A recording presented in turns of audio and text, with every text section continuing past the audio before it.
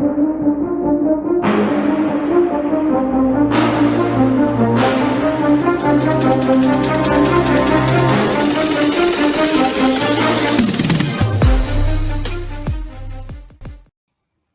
everybody, back to episode 228, Wire2Wire Sports Podcast. I'm the NFL genius, Sheen Walzak.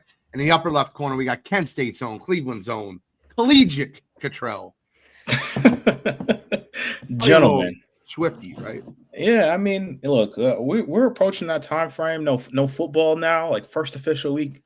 No, absolutely no football. We got to get into the weeds of everything else, and I'm looking forward to it. It's going to be a fun show. You know, it's funny. It's like that's one of those things. Like you're excited about not having a football show, and I kind of am too, right? The Eagles won the Super Bowl. The parade was Friday. It was a great turnout. Awesome event. Love to see everything that happened.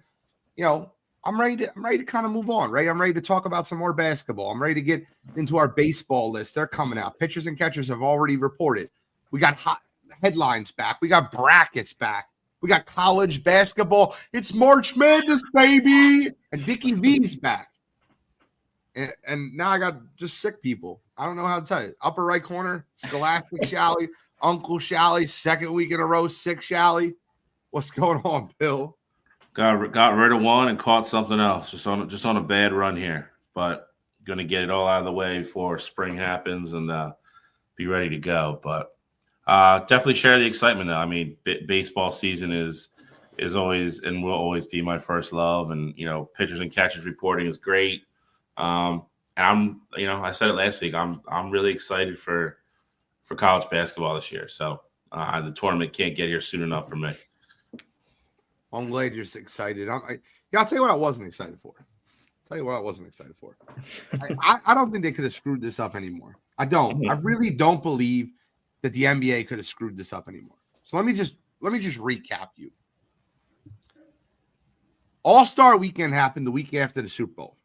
And that happened to be Valentine's Day weekend, which was, I don't know how to explain it to you. It's probably not the greatest weekend to have All-Star Weekend, but they split up the weekend again, Friday night, Saturday night, Sunday. So Friday night was almost worthless. If you weren't doing something Friday night, you were watching the NBA All-Star, their ratings were awful. The skills competition, and we'll get into that a little bit, but can we talk about your opinion? I just want to hear your opinion first. We'll start there. What was your opinion on the disqualification that happened in the skills contest? It was a legit DQ in the skills contest. And listen, I don't blame you if you didn't watch it. It's okay. Did you see it? Absolutely. It was a warranted DQ.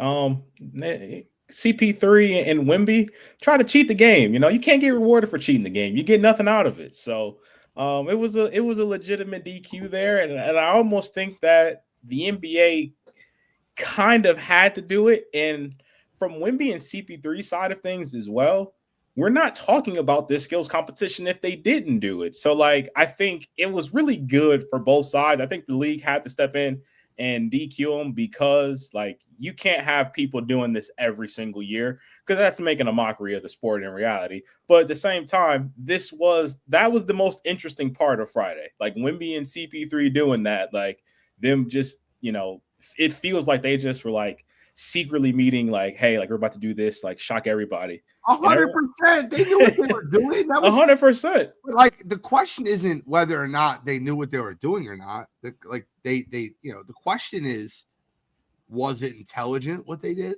And do you think it warranted a DQ? Absolutely. DQ, absolutely. So did you see what happened? I did. It was actually funny enough. It was this part of they were going in about the 30 minutes that I actually decided to watch this. So I remember like watching, I was like, what the hell is he doing? And then like I kind of caught on to it. I was like, oh, they're just gonna, you know, not do it and just keep going. It's definitely warranted. It's one of those things where, you know, it falls under the, you know, the whole integrity of the game thing. It was absolutely premeditated. Like they absolutely talked about it before going out that they were going to do it. And like Cottrell said, I think it was two birds, one stone type thing. You know, it was they did the right thing by stepping in, but it also gave them a headline, and it gave everybody a reason to talk about Friday night and go YouTube it. And I'm sure they got a ton of media likes and views and everything off of it, because everybody was like, what the hell's going on? Because like you said, there wasn't a whole lot of people watching it. So I guarantee you more people watched it on social media on Friday or on Saturday morning than they did Friday night. So in a weird way, it was probably beneficial to the NBA. See, I don't think they should have been DQ'd. I'm sure you don't. No, it's not a CP3 thing. I just think that, like, so I'll put it to you this way, right? If someone is smart enough to game the rules and does everything within the rules state you have to shoot the ball 3 times. They shot the ball 3 times. Now, those shots were awful, and they just basically threw the balls, but it says that you have to run through your rack or make a shot or run through your rack. That's exactly what they did. It was intelligent. Now, do I think now here you go. Ready? I'm going to give you the spin back. What did they win again? What did you win when you win the skills competition? I don't understand why you would do that. I think it's the fact that I don't think they should be disqualified, but I think of it the same way when someone finds like a glitch in the Matrix to win like a charity softball tournament. Like if they just try like, oh yeah, I'm just going to walk the best 3 hitters that they put in front of each other and just pitch to the girls because there's no rule to stop me from pitching to the girls only. Like it's the same length of like when you do something like that to win something that's not that relevant. That's what I mean. I don't know, man. Your thoughts? I mean, I think the biggest thing for me is that these are like if that situation happened in a game, like I don't know if those are getting looked at as shot attempts, like they're turnovers. It's, if that happens in an actual game there. So I mean, I think you can't have them win the competition, like because I mean at that point, if that's the blueprint, I mean I think they had 47 seconds total. So if that is the blueprint moving forward, then I mean it doesn't matter who you put in there. You could just put in literally the 3 fastest guys on whatever team and just have them run through the course and just throw stuff up, and it's a pointless watch. It's already a pointless watch anyway. With what you're saying though, Kittrell, I don't disagree with what you're saying. I think they need to change the rule to make sure you don't do that. Well, I think that they got DQ'd off of the strength of shot attempt. Like they were saying that it wasn't like a legitimate enough shot attempt. And but the crazy part is that apparently Wemby came out afterwards and said that he asked the refs about it like beforehand, and they said like you're good. But then it got out, after they did it, and they're like, let's go back to the rule book. And when they went over and talked to him in CP3, that was ultimately when they told him like, hey, you guys are DQ'd, didn't follow the letter of the law, whatever regulation it is, and went from there. And then they didn't allow them to be interviewed afterwards. Like, what was that about? Can you help me understand that? No, that was weird. I honestly, because of how the weekend went, they probably didn't want them to go off and say something crazy. Because I mean, every superstar that was there for All-Star Weekend let you know that the format for, and I know we're going to get to the game, but every superstar that would let you, put a mic in front of them would tell you that they thought the format was horrible. So they might have been trying, like the NBA might have been trying to just get away from that to begin with, and then didn't realize that every single player was going to speak their mind about how bad this All-Star Weekend actually was. So I'd imagine it would be some of that. They thought CP3 and Wemby might have some sour grapes regarding that, but that's the only thing I can think of. But I mean, the NBA got it stuck to them, even way worse, later down the weekend. I mean, you tell me. Later on the weekend, I mean, I'll tell you this, right? NBA All-Star Weekend is completely broke. It's shattered. It's destroyed. I will ask you a question. Let me ask Shallie first, because I want to get Shallie's opinion before you sway it, because I feel like you're going to sway it, and that's okay. My thought process, and maybe I felt like LeBron knew he wasn't going to play in this All-Star game. So, like, why would you not declare yourself out on Tuesday and allow somebody else to get the All-Star invite? Why show up, be a part of the festivities, be on the starting lineup? You still could have did that, right? You still could have. But why not declare yourself out beforehand? Allow a new starter in there. Do you think he was really that day-to-day that he, like, declared himself out the day of that? Just the foot's not feeling good. Like, Charlie, let me ask you first, because I'd like to get your opinion before control. defends his hero.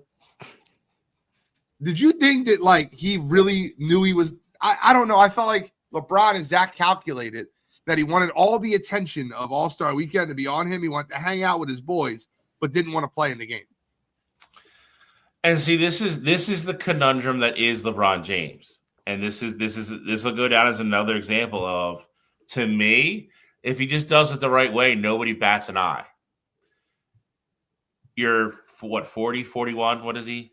Whatever he is. He's played 8 million games. If your foot's bothering you, you're coming down the stretch after the All-Star break of the NBA season. You have a brand new teammate that you have to learn how to play with, so you're going to have to play more than you probably were supposed to. It's your 20th All-Star game. If you don't want to play, like you said, you can still be there. Take it, be there for the weekend, do the autographs, show up for the fans, all that stuff, hang out with your boys, get introduced as a starter, but then not play and still give that opportunity for somebody else to go and play. He practiced yesterday. He's questionable for tonight. He's going to play. And again, if the foot is bothering, that bothers him, that's fine. Again, if he just comes out and goes, I got to worry about the playoffs, foot's a little banged up, not going to risk it, going to show up, not going to skip it, not going to put my nose up at the All-Star weekend, I'll still be there. Name another alternate so they can go and play in the game. Never ever, it comes off smelling like roses. When you do it this way, you make it look like you want it to be about you. And that's all the criticism I've seen. That's what it's about. Like, he still wanted his move and he still wanted his roses, blah, blah, blah, but he knew he wasn't going to play. And I know damn well he knew he wasn't going to play.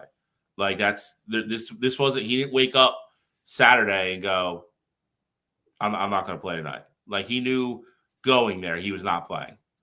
If he was already questionable for tonight, practice yesterday, he knew he wasn't going to play. And again, he's earned that. And if he doesn't want to play, I'm fine with all of it. Literally all of it. Just handle it the right way. That's all. Looks like there's optimism. LeBron James is going to play tonight, just to give you an answer, Alex. Shit. Cottrell, tell me, did LeBron James just do that so he can steal the spotlight? Was this another selfish LeBron James move? I think that it would have been a spade. Do it. I think it would have been a damned if he does, damned if he doesn't kind of thing. Disagree. The reason why I say that is this is only a think piece or a conversation because it's LeBron.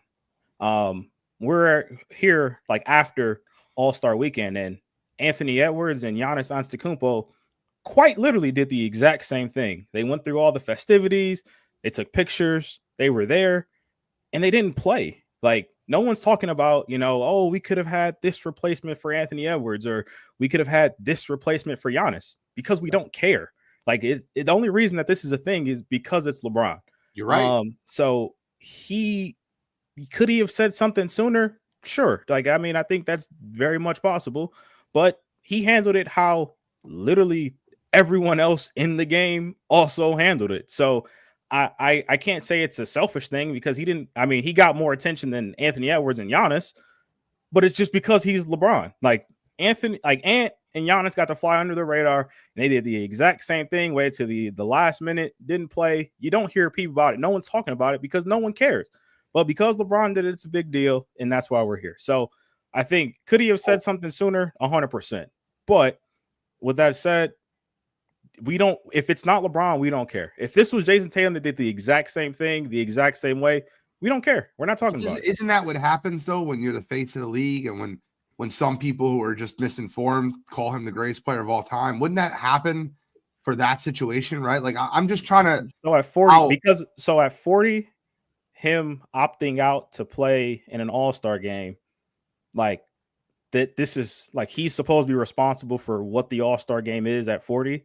I mean, like, yes, that's the problem where we're at right now. Like, I mean, you're right. I'm not disagreeing with what you're saying, but I'm telling you that as a guy, and it's funny. There's a lot of people that have been having these conversations recently. I give Draymond credit for talking about very openly about how bad the All-Star weekend is, and different ideas on how to handle A, B, and C. And I don't know if we're going to talk about this. I think we should, but I think what the women did is a million times better. That one-on-one tournament that they had. Well, that wasn't the league, though. That was unrivaled. I get it. But I agree. Don't care. But that's bringing – I watched way more unrivaled one-on-one basketball. By the way, Stewie getting blanked was she got 12-0'd. Like, that was not what that was not on my bingo card. But I felt like that was more entertaining. But they said afterwards, they asked some of the women, do you think the men this is so exciting? Do you think the men should do this? And a lot of them said their egos would not allow them to do this. They would not. 100% right. I agree with that for some of them, but I also think there are some that are like, sign me up. Like, I know for a fact, like at this point, I know LeBron's not doing it. I don't think at any point LeBron would have done it, if I'm being honest. Like, I just don't think that he would have been interested in it. But like Anthony Edwards, Kyrie Irving, like those are guys who I can see stepping up and saying, hey, like I'm ready to, go at you. And I want to show that I'm the best one-on-one player in the league. Now, I also think you have some superstars that even current day that wouldn't suit them. Like I could see like SGA, like I don't see him being a great one-on-one player. Like that's just not who he is with his game. But with that said, I do think you can make the one-on-one very entertaining. Like, I think there's enough stars that they would actually go after it. I want to see the one-on-one tournament, bro. I do. I want to see the one-on-one tournament. Silver's talking about it. He said $1 million prize, one-on-one tournament. What do you think about that, Shao? Same thing. I would love to see it, but the egos thing for a lot of those guys will get in the way of it. It's the $1 million prize isn't worth having some viral moment of you getting dunked on or something like that, and it's guys won't do it. Like, we could say Anthony Edwards and even probably Kyrie, but like we said with LeBron, I mean LeBron won't even do the goddamn dunk contest. He's afraid to lose that. But like Jason Tatum's not going to do it. Like guys like Joker's not going to do it.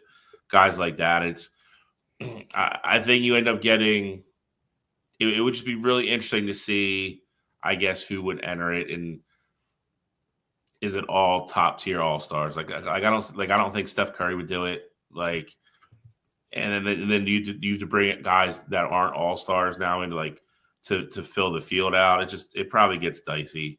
See, I think that's what would make it fun though. Like, 'cause I think there are like, not saying like you specifically, but I think there are so many people that don't realize that there are some absolute one-on-one buckets in the NBA that probably don't get the playing time because they don't fit 5-on-5 basketball. Like, if you listen to anybody, like they all will tell you that Jalen Green during the AAU circuit was like the best player that they've played against or was killing them. Or depending on how old they are, they may say like Cam Reddish was killing them, on the open circuit, like AAU ball. So I think even if you add in some of those guys, I think it's different than like a dunk contest or even a 3-point contest, because like if I'm seeing a competitive matchup between, let's say, Jalen Green versus Anthony Edwards, although Jalen Green isn't an all-star, if you're going at Ant and you're, it's 10-10 and it's down the stretch, like I'm locked in on that. Like I don't care about necessarily as long as some of the names are there. I don't care. It doesn't have to be 12 bona fide all-stars to me. Like I think even looking at like the home run derby, like just as a comparison, like you get your heavy hitters, your 5-6 guys, but at the bottom of the list, like there's some quiet guys that can hit 30 home runs in the season that may not have necessarily been all-stars, but they fill in what you need.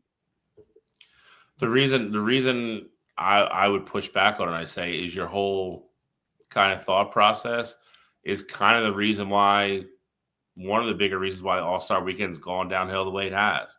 The big guys don't do the 3-point contest anymore. They don't do the dunk contest anymore. That's what All-Star Weekend used to be. Like, you used to have Michael Jordan in the dunk contest. Like, I don't care what he did in the game, but like you were going to show up Friday night and you were going to witness something. Like, you were going to see something. And then it went to Vince Carter and all those guys. Like you're calling up G Leaguers. You're calling up G Leaguers to be in the dunk contest. And that's why, like, will the hardcore fan like yourself or even like Gene or like myself watch it? Sure. But you're not going to get any casual people to come over to watch like you said, an all-star Anthony Edwards take on some guy that maybe somebody like Jalen Green's obviously not the right example, but like if you tell everybody, hey, LeBron's in the semis playing Jason Tatum, everybody knows exactly who those two people are, and everybody would tune in to watch it. But if it's All-Star weekend, I want to watch All-Stars do it. I don't want to watch guys that aren't All-Stars be there at All-Star weekend. The whole point of it is you have the best of the best there. That's what it's supposed to be. The best of the best need to get on the court and play. I would be fine with them filling in with mid-tier players, just to give you a heads up, Chow. Because I said you would be. I'm saying the casual fan won't, though. And it's not going to move the needle enough. Why I think it would is when we watched the Unrivaled one-on-one tournament, and I just want to bring this up.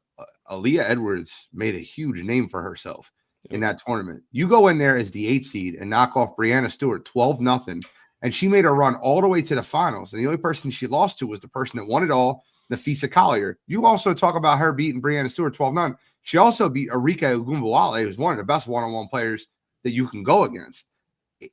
I get it. I just think it's a way for a player to make a name for themselves. And like, let me give you an example, right? Was anybody talking about Yabusele before the Olympics? Nope. But what he did in Paris and what he did making a name for himself in that situation got him an NBA contract. I think that you can get a lot of these guys. Now, I still think I agree with Shadow on this point. It needs star power. There needs to be guys like Anthony Edwards, Kyrie Irving. It doesn't have to be everyone. I don't need LeBron to do it. If you get six top 20 players in the NBA to be in it, you can fill the rest with either like bench players to starters, like in the league. Like I think you would be fine with that. Now, Kyle, I want to address what he's been saying. LeBron would opt out of the one-on-one tournament. Agreed. So the face of the league couldn't be bothered to do a dunk contest, a three-point contest, or a one-on-one. Oh, yeah, he didn't do a skills challenge either. And then he said, I would bet Tatum and Brown would do it. So he said, you think Jordan would allow a G leaguer to dominate a dunk contest? 100% right. He's not wrong. Jordan would not let that shit happen. Bro, Jordan at 40 is not getting in the dunk contest with Jason Richardson. Like, okay, what was LeBron's excuse when he was 26? He has none. I say it all the time. LeBron has no excuse for not doing a dunk contest. People think he would have been great. I personally think he would have lost. I think that's the 100% reason why he didn't do it. I think he is an in-game dunker, and he knows that, and that's why he never did it. But that's not an excuse. You got to do it at least once. Kobe did it. Mike did it. You know, so many legends have done it at least one time. But by him not doing it, it made everyone else not do it. I truly believe that. And like, yo, you could say whatever you want, Cottrell, and me and you will agree to disagree on this. He's a leader, and he's an absolute leader in that league. He's one of the leaders of this Players Association. He was the first one to do this. I won't say the first one, but most notable to him, Chris Paul, Dwayne Wade, Carmelo Anthony, do a little boating trip in the offseason together, all friends, teamed up to play in South Beach. I won't say created the super team, but create the whole like friends joining up, the superpowers and making a team combine. I'm not saying that everything he did for the league was bad. He did a million good things for the league. But it's very obvious and glowing the bad things he did for the league. And I'll say this, right? I think I know exactly the year the NBA All-Star Game died. And it's the year when Kobe Bryant went up and down the court and was following LeBron James around. He's like, I'm going to play you one-on-one. I'm going to stick you. I am not going to let you score. Blocked his shot twice, stole the ball from him once. And LeBron played it like, it's just All-Star Game. It is what it is. Like, it's not. Like that, Kobe Bryant was basically getting right in his face saying, smack in the court, like, let's go. He's trying to fix the game. He is trying to carry on the game, pass the torch. You went from Mike to Kobe to Bron. And Bron just said, I don't want to be bothered with it. Don't want to be bothered with it. Don't want to compete. Hey, we listen, on this show, you two sat up here and bashed Quinn Ewers for not competing at Ohio State. Did y'all not? Well, I didn't necessarily bash him, but I was not. I was on. He didn't want to compete. Y'all both said that.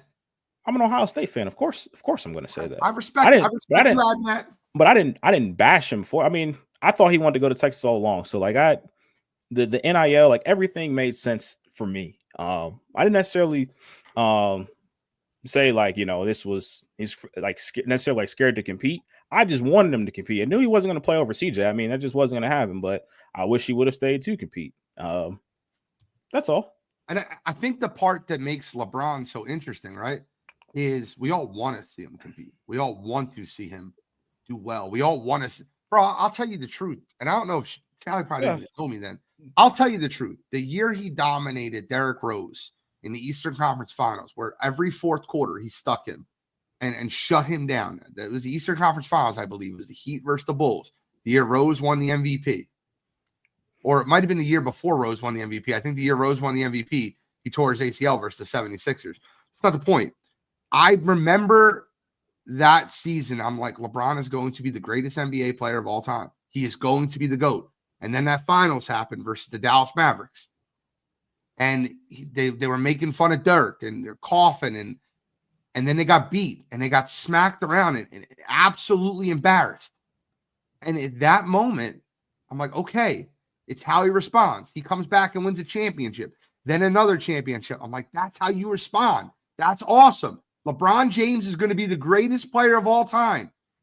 You know, even when he lost the championship to the Spurs, went back to Cleveland, won a championship there. Love that. Even the year before he won the championship, I remember that finals. Kevin Love got hurt in Eastern Conference Finals. Kyrie got hurt game 1. And LeBron did everything he could to compete with that Golden State Warriors team. I think he was like led the NBA Finals in points, assists, rebounds, blocks, steals. It was incredible. Watching him lose in that final, I was arguing with people. He's going to pass Jordan. He's going to pass Jordan. Next year, he wins the finals with Kyrie and Kevin Love. He's going to pass Jordan. And it's just so many things that he did from then. And I'm not saying that it's still young, right? Like he was growing up. In 2015, he was no longer young. I felt like after that Cavs finals, the GM moves that he made, the crying, the issues that he had within Cleveland, the issues with him and Kyrie, where Kyrie wanted to leave, and then he traded for Isaiah Thomas, and then he basically told the Cavs organization to get rid of Isaiah Thomas. I lost so much respect for him. He was supposed to do a dunk contest, didn't do a dunk contest. The Kobe thing happened in 2012, I believe, like where Kobe was smacking the floor, like, come on, play me, and he wouldn't play him. There's just a lot of like, shit, I'll say it, bitch tendencies. But you see how like you go like back and forth, like, so that happened in 2012, and then in 2016 you were like, oh, like he's on his way to, you know, being better than Mike. That. You're right. Okay. But then KD wanted it to happen. KD joins the greatest team ever, 73-9 Warriors. I'm just saying, like, but that's why we didn't see that continued ascension in terms of winning. Like, that's literally, that team stopped everything. That team beats every team ever.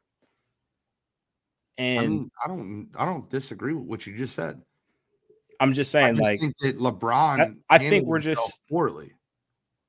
But you say like the trades that he made, like Kyrie didn't want to be there anymore. Like, what were they supposed to do with that? Like, what were they supposed to do with Kyrie? Kyrie's like, I'm not playing for this like team anymore. So I mean, at the time, Isaiah Thomas was a good player in Boston. Obviously, after the injury, never looked the same. But what do you do with a star that doesn't want to play in the city anymore? Besides trading. Listen, I don't know. I don't know what would have happened, but I know I watched Michael Jordan play basketball. I know I watched Kobe Bryant play basketball, and I know I watched LeBron James play basketball. And watching those three guys play basketball, two guys were absolute killers. Two guys were absolute just two guys had more aura, for sure. You could say aura. The stories that you hear about Kobe Bryant and Michael Jordan, I guarantee you hear it 20 years from now. We're going to be hearing those same because they're already starting to come out. The 4 a.m. story with Chris Bosh.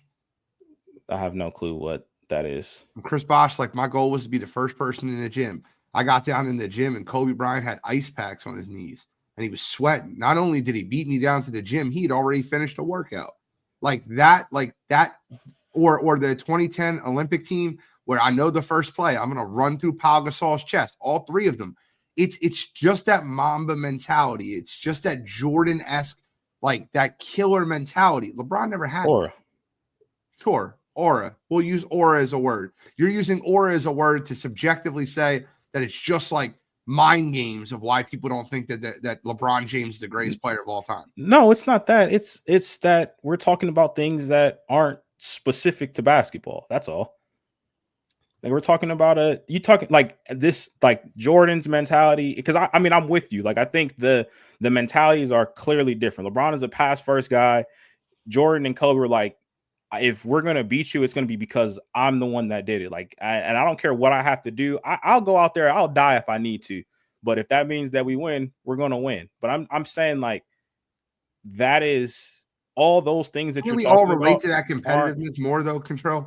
For sure. For sure you can relate to it more. I'm just saying like it's not basketball specific. That's all. I get it. You think, just to be clear, you think LeBron James is the greatest player of all time? Yeah, and he's the greatest basketball player of all time. Yes. So in basketball is the only sport where, because I don't agree with this. I agree with you, right? But basketball is the only sport where winning doesn't matter. No, LeBron won 4, Jordan won 6. It definitely matters. But Bill won 11 and Jordan won 6. So it definitely matters. But there's levels to it for sure. All right. Shally, you want to give any interjection here? No, I mean I agree with Cottrell to a little degree that like I think once LeBron's actually done, you have to give his career a little bit of time to breathe and see what does come out of that. Because I mean, even when Michael was playing, like we'd always hear like the rumblings of practices were hard and blah blah blah, but like we never really knew the extent of it until he was retired, and then all those guys like Michael punches people in the face at practice, like Michael was an egomaniac. Yeah. And the same with Kobe, and there's no hiding it. Kobe was very adamant that he was going to try to mimic his career around Michael and have that attitude and not be denied, and nobody was going to outwork him. But I'm not going to say that there's always two ways to skin a cat too, and I fall on the side like I would want a guy like Michael or I would want a guy like Kobe, but at the same time you can't look at LeBron and say he wasn't successful doing it his way. And I don't think either way is right or wrong. But again, I think most people look at it, if you have just that strong of a determination that you're willing to fight your own teammates at practice, or you get to the gym one morning and somebody beat you there, the next day you're there an hour before him and done a workout on a game day. Jay Williams has another story about that with Kobe. Like it's that I don't want to use the word legendary because I mean it's not like LeBron's not going to be legendary, but those are the stories that will last forever, and you can't deny them. I don't like at some point like Cottrell used the word aura, and in certain ways I think it fits, and then other ways I think it takes away because it kind of makes it sound like there's almost like a fairy tale part to it, or like some. Well, that's not how I meant it. Again, I'm not saying you meant it that way, but it almost gives it like that feel like, that's like one of those myths, like that shit didn't happen, like it didn't go down that way. So it just all depends how you look at it. You know what I mean? And again, I'm firmly, I think MJ is the greatest. I think he's the best basketball player I've ever watched play basketball, and that's that doesn't mean, I don't think LeBron's great in his own way. I think the league has just changed so much. It's different too. And I think Kobe was kind of on the tail end of it where it was still you still kind of had rivalries, and not everybody was buddy. And you're seeing that. You've seen it predominantly in basketball. You're seeing it a little bit in football too, but that's a whole different discussion. Some people would say it's good for the game. I know there's a lot of people that think it's made the game suck. So, to Gene's original point from before, like when I was younger, like NBA All-Star Weekend was can't miss. Yeah. Like you watched Friday night, you knew like you were getting Dominique Wilkins, you were getting Michael Jordan, or you were getting Vince Carter. But like you go back and watch those old All-Star games when it was still East versus West, like all the videos are out there. Like there's no love lost. Like they're in the tunnel talking shit. Like, and not like, oh, like Magic being like Larry, like, oh, like I'm gonna get you. Like no, like we're gonna beat your ass. Like it mattered to those guys. And I don't think we ever get back there because it becomes such an exhibition. And honestly, I just don't think the guys care. I wish I could find out about the greatest game never seen. I wish I could get all the but that's a perfect example. Like that, and that is why like that all that really was a mini All-Star game. Yeah. Like all those guys are all the same league at the same time. They're all All-Stars. And to be fair, I don't think Cottrell knows about what that All-Star Saturday. It's the age difference. Like I don't mean to be disrespectful. It is and that's why I don't hold it against them. Like again, he grew up on a different NBA than me and you did, and there's nothing wrong with that. Like I grew up with different Major League Baseball than Cottrell did, NFL, like everything. Like and that there's nothing wrong with it. It's just not saying one's better than the other, but in certain situations, like you view the game differently because I've had a bigger window to watch to see it change. Whereas like the NBA for the most part is pretty much like since Cottrell was younger to now hasn't changed that much. Like whereas I me disagree.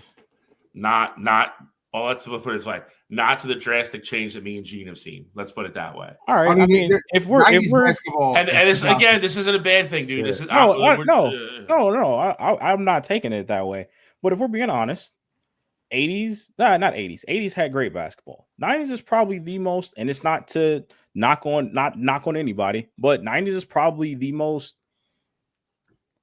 watered down version of the league that we've seen in a long time, like across all years. And it's not to say that there weren't superstars during that era, because there were. But I look at it like this: like there's a reason why they moved the 3-point line in. There's a reason why like defense was played the way it was and they allowed it to happen. I'm saying like the early 2000s changed that because you had different guys coming in with different skill sets and different things like that.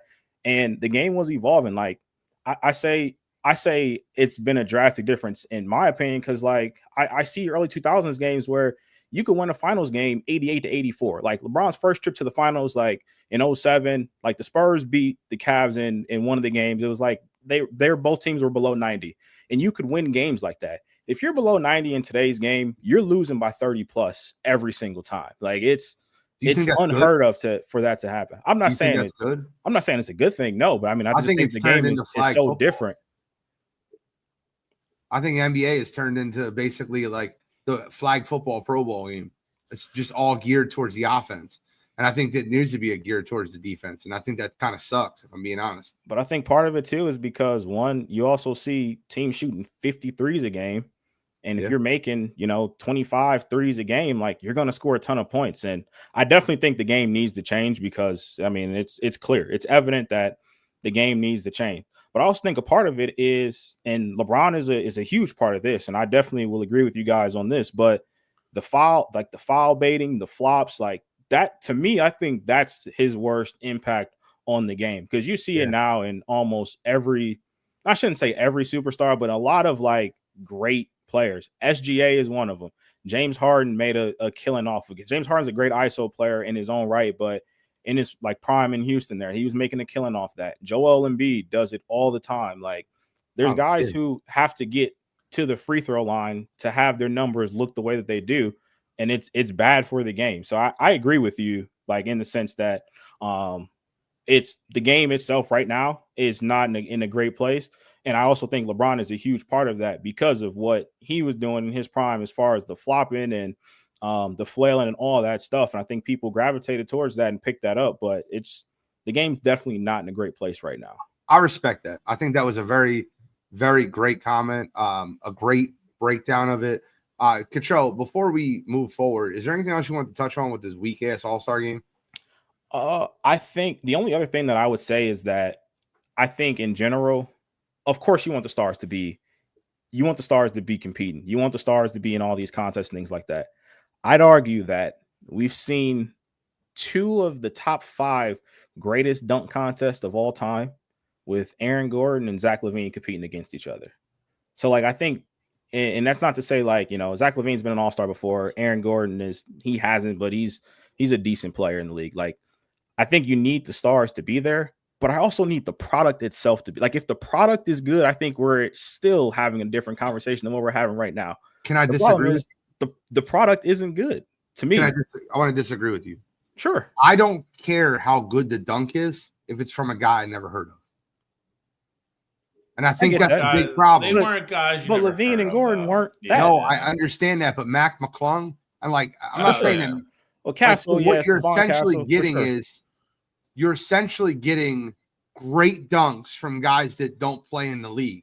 I want to see the best players in the league compete in a dunk contest. And if the dunk isn't as good as like the guy that does dunking for his career, if the dunk is just great, not extraordinary, or if it's like, and I want to see real scores. Like, I don't want to see a 50 unless you absolutely deserve a 50. Like, I feel like that there's a lot of things that can be fixed. I want to see Anthony Edwards in the dunk contest. I want to see Ja Morant in the dunk contest. I don't care if they're not as good as Mac McClung at dunking. If I see Anthony Edwards versus Ja Morant versus Jaylen Brown, who, by the way, people don't realize how ridiculous of a dunker this kid was when he came out. Like, if you see those guys dunking, like these all-star type players dunking, I will pay attention to watch. I promise you. We've seen Jaylen Brown in the dunk contest, and it was a dud. No thanks. It was. No thanks. Like, I'd rather see Mac than Jaylen Brown. I'm sorry. No, but it's also the combination of it. It's like, okay, like Zach LaVine and Gordon are in the dunk, but the other 4 guys are LeBron and 3 of their top tier guys. Everybody's tuning in to watch that. For sure. And then if that in the midst of that, if it breaks out that those 2 guys just dunk better than everybody else, that's fine, but it still becomes a better dunk contest. Like Gene said, like if I know Wednesday, Ja's in, Anthony Edwards is in, LeBron's in, you know, go down the list, give me 3 other guys. Everybody is watching that Friday night. Everybody's going to go home or go to a bar and go put on the dunk contest. Everybody's going to watch it. And again, at that point, it doesn't even so much matter about the outcome. You bring the mystique back to the dunk contest, and that's what they need. Like you're talking about aura earlier, the aura and the mystique and you know the old time like feelings of the dunk contest. That's what they need to get back. Again, Matt McClung's pulling off these crazy dunks, and like we know him because he's kind of a local kid because he was, you know, we drafted him, but like nobody knows who the hell he is. He's a white kid that could jump over a Cybertruck. That's awesome. And it is awesome. But nobody cares. Nobody cares. Now, if LeBron does that dunk, it would have been viewed 100 million times by Saturday morning. You're right. That's the difference. It's not just LeBron, it's all of them. Like it's Ja, it's everybody else too. No, for sure. And I'm hearing that argument. Like I think more stars need to be in it.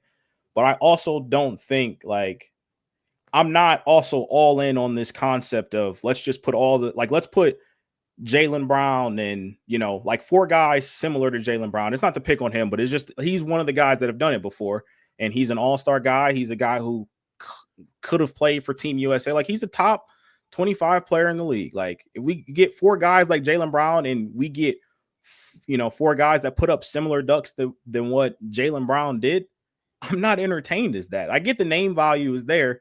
But if Ja's going to get in it, I want Ja to do some stuff. If Ant's going to get in it, and I think both of them would. Like, I think we just need to get the right guys in there to do what we think they can. Like, don't just throw Jaylen Brown in just because his name's Jaylen Brown. Like, clearly that's not what he does. I want to re-highlight this contest comment because I think it was great. Mo, just throwing a lot of fire in the chat tonight. If you guys don't do me a favor real quick, if everybody could smack the like button for me for a minute and give me a quick share, I'd really appreciate it. I'm going to read this comment out But if you could just hit the like button, please give us a share. Tag followers, man. That helps us out a ton. Mo said the top players are too concerned with what social media may or may not say about them in the dunk contest. They're too concerned about their brands. So you're never going to get a true competition from the best players in the dunk contest or the all-star game. I agree with what he just said. I'm going to take it a step further. I think that's the reason why you won't never see the one-on-one tournament. The same thing. Like, I'll tell you right now, and it's kind of unfair. I think a little bit less of Breanna Stewart today than I did before. I'm not like, 12-0. That's crazy to me. I think a little less. I'm not saying I think a lot less of her. I still think she's the second best player in the WNBA. But like, maybe you don't. But like, I think a little bit less out of. Like, could you imagine if Kobe got beat 12-0? If Jordan got beat 12-0? I literally, like, I hear you, but like, that is the problem. Like, that is quite literally the problem. You're right. I'm the problem. I'm the consumer. I get it. I said that before I was talking. I know I'm the problem.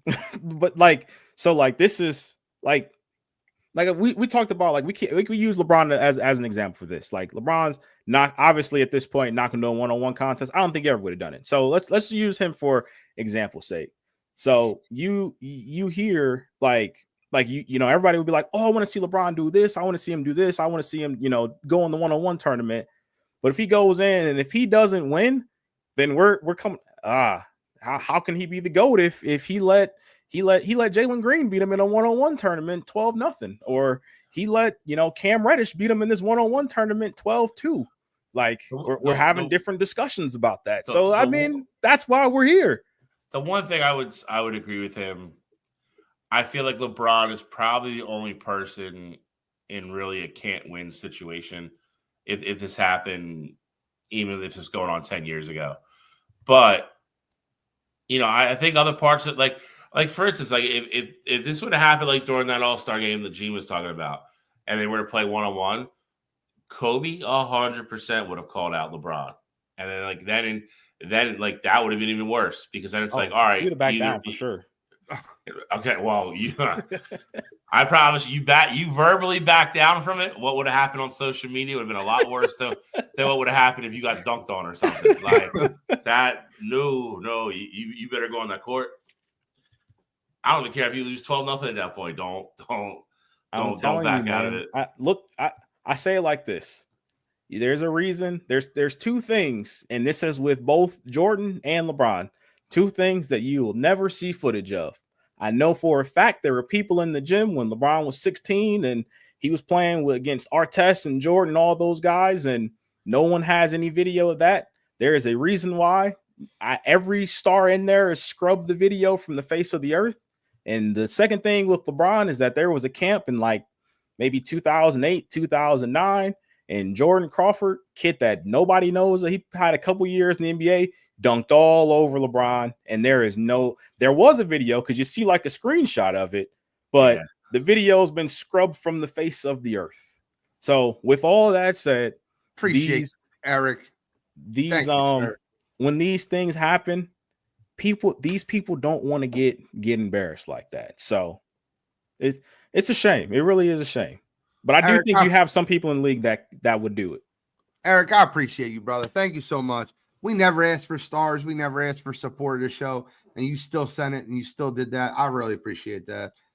It helps us out a ton. It helps continue the cost of being verified on Facebook, Libsyn, StreamYard. We definitely pay some serious money to keep these podcasts going. So thank you very much. I appreciate that, big dog. Just wanted to thank him real quick. Guys, can we do the bracket? Can we start the bracket and then get into trivia and then do a little bit more of the bracket? Can we show the bracket? One side of the bracket, you're gonna get the. I just want to do it. I want to do this bracket. This bracket's fire. And if you're paying attention right now, you're gonna. What was the most shocking sports story of the 21st century? We are going to do this bracket tonight. We might not do the whole thing. I don't know. What is the most shocking story, sports story of the 21st century? We're not going to get through the whole thing. But I want to talk about something. We need to do the left side of the bracket, right? The left side of the bracket we'll do in the first round, and then maybe we'll do the right side in the first round after trivia. You think we can do that? I'm down. All right. So I don't know how much we have to talk about the top matchup, the 1 versus 16. I think it's a true 1 versus 16. Oscar Pistorius, the murder, it was a really awful story. I think that I really don't know how he tried to convince a jury that like he just didn't know, but whatever. It's a crazy story. It is shocking, but I'll tell you right now, I remember exactly where I was the morning I found out what happened with Kobe. Sunday And it was the day after LeBron James had passed him on the all-time scoring list. And I was at the game. 76ers played the Lakers in Philadelphia. I was in the assembly room watching that game. And it was the Sixers won, by the way. And it was the day after. And we all thought like maybe Kobe will be there. Like it's by Lower Merion. And the reason he wasn't there, you kind of find out, is Gianna had practice the next morning. And he wanted to be there for that. And we'll talk about the other ones, but the Kobe one is a pretty easy one to win in round 1. Am I correct? Yeah, the Kobe one was like, I mean, it was truly unbelievable. It was like, you see these reports, TMZ and the news, and it's like Kobe Bryant, like there has to be another Kobe that we're missing here, because it just felt like it was incomplete. Like there's no way. There's absolutely no way. So yeah, I mean, for me, Kobe one definitely wins. The Oscar Pistorius murder was crazy too, but I think the most wild part about that was how everything got revealed in layers. Because it was like at first it was like, oh well, he just won, the Paralympics, like in the 400 meters and whatever. And then you find out that like, oh, he killed an intruder that was in his home, and then you find out, oh, that was actually his girlfriend. And then you find out, oh, well, she actually lived with him and she wasn't an intruder. And it's like, all right, so what really happened here? So like that was like you had to unpeel that one in layers. But yeah, the Kobe one was like, as far as complete shock, yeah, that's going to be a tough out this entire tournament. I'm still reeling from that one, Mo. 100%. Everybody's saying the Kobe death. We'll talk about the world. The world stopped spinning when Kobe died. I was literally making a smoothie with my mom. You remember it, Literally. Charlie, you going with the Kobe's passing for round 1? Yeah, I mean the Pistorius thing was wild because it was like he had this like meteoric rise to kind of like being like the face of a lot of different things, and everybody kind of really became aware of who he was, and almost like Chelsea said, almost qualified for the Olympics and all this other stuff, and then it was like bang, like oh, like he killed someone, and it was such like a fast and like 100 like 180 turn, but whoever just said that about Kobe, that's like Kobe was one of the ones that kind of made like time stop, and I don't know if anybody else on this list did. It was kind of there's 2 other ones that I think can absolutely compete with it, and we'll get into those. I think there's 2 other ones that can absolutely compete with it. So, but yeah, I mean Kobe is going to be a tough out here. I actually think the 8-9 game is actually easy too. And maybe I'm nuts, but I remember the MLB steroid scandal like it was yesterday, right? It didn't come out like an insane amount of people. It was 3 guys. And then it was a 4th guy, 5th guy. And it like trickled down. And then 3 months later, it was another guy and another guy. And there was a list. And then there was the Balco list. That's what I associate this with, though. Like I associate it with like, and I mean it's pretty open, but like I feel like when that Balco list dropped, and it's like, yo, like Roger Clemens is on this list, like Andy Pettit's on this. Like there's so many guys where you're like, whoa. But that wasn't how really do we get like here?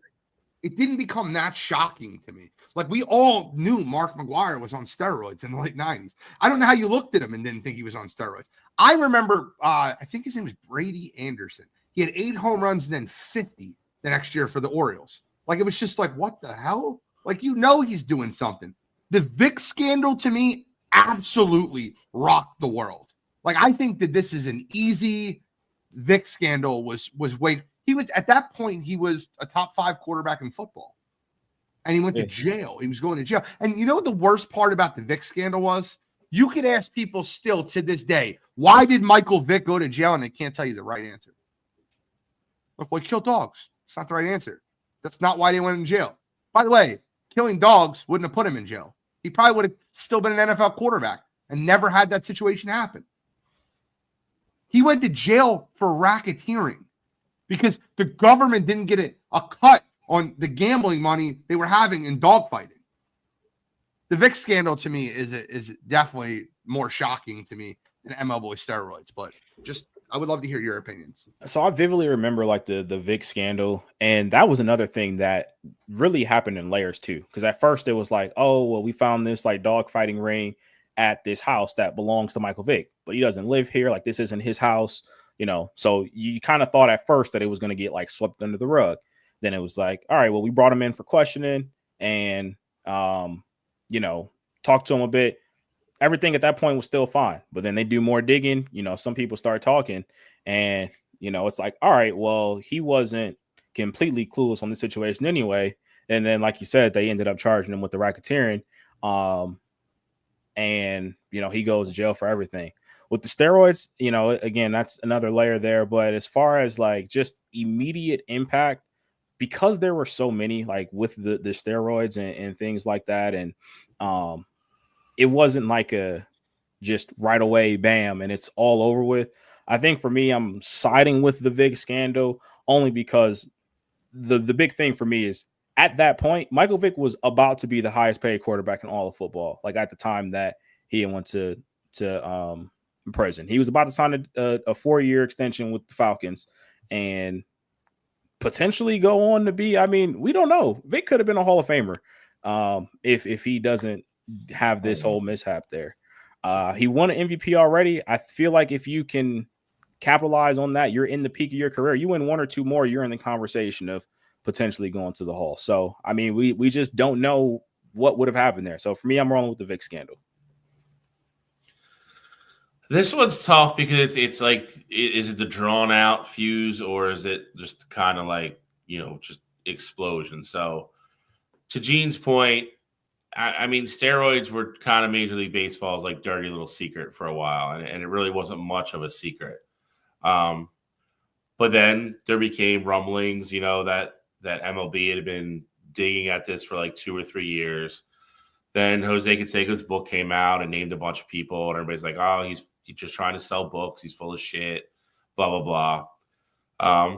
And then eventually, you know, it came out that Major League Baseball really was investigating it, and the Mitchell report came out. And that was the first bombshell. That was the first, you know, there was names within names, and, you know, and some were really big names, you know, and it was a lot of people you couldn't directly connect, but it was more likely than not they were using. Like you said, they used the Roger Clemens debacle, and then you had the whole Barry Bonds and Balco thing. And when it was all said and done, there was a lot of really big name players that we all, you know, were either our favorite players or we looked up to, or, you know, guys that we all thought were going to be surefire Hall of Famers that were, you know, kind of directly caught in the crosshairs of that whole thing. And, you know, a lot of them ended up being guilty. So,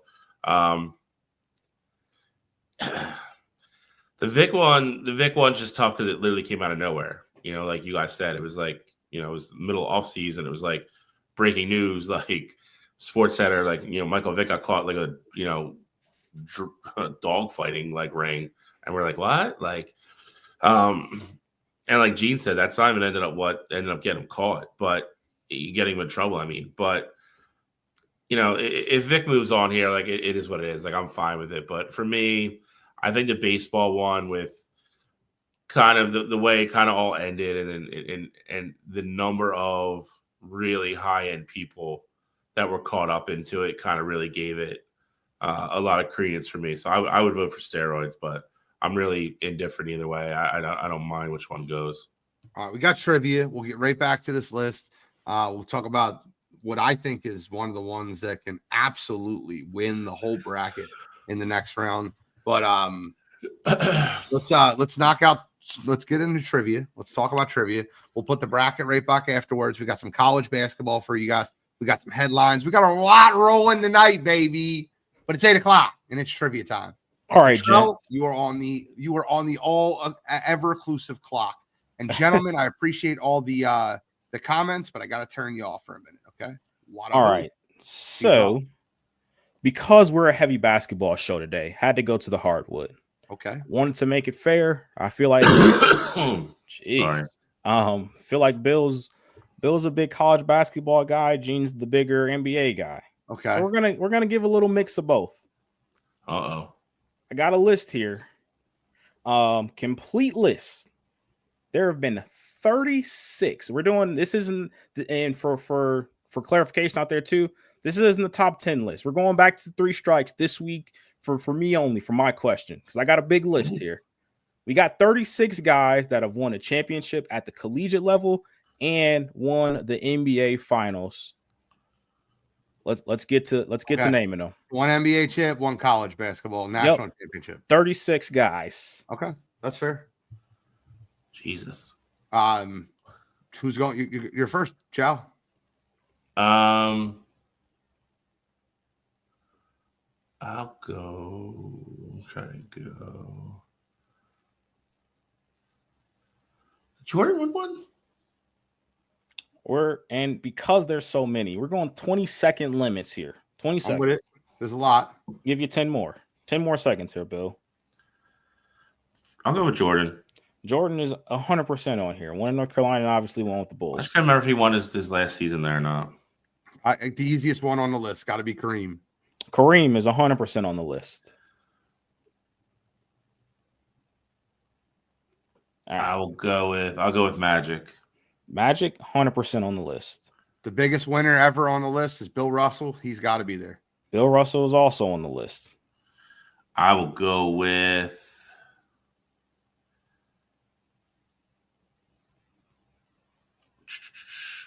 oh no, you didn't win one. Crap. That screwed me. 5 seconds.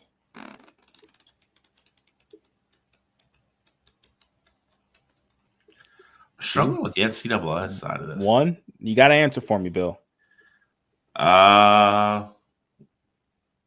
All right. We got 1 strike. I'll go with throw it down, big man. Bill Walton won a couple at UCLA and definitely one with the Trailblazers. Bill Walton is on this list.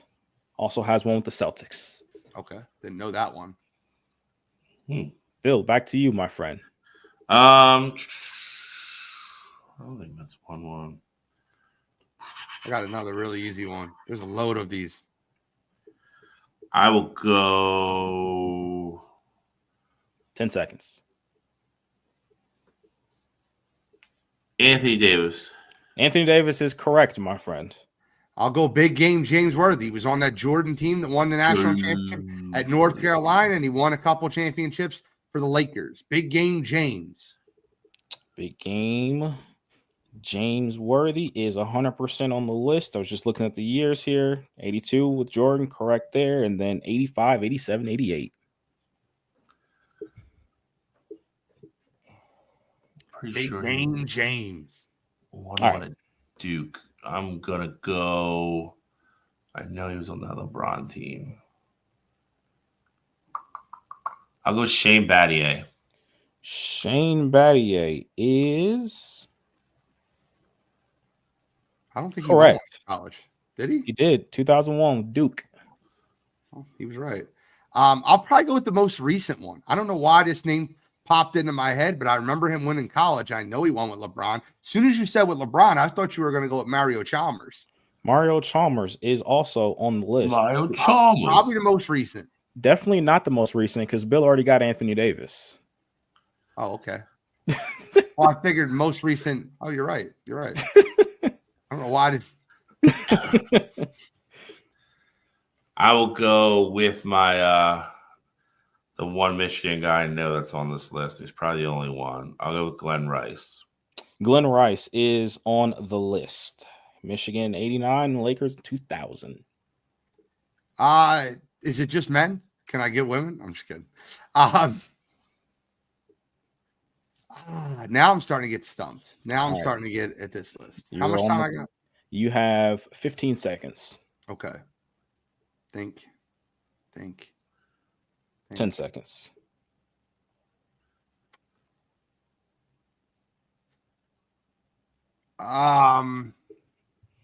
Rip Hamilton. Rip Hamilton is 100% correct. 99 with Connecticut, 2004 with the Pistons. Bro, it's so tough because Jordan blocked out so many players I know.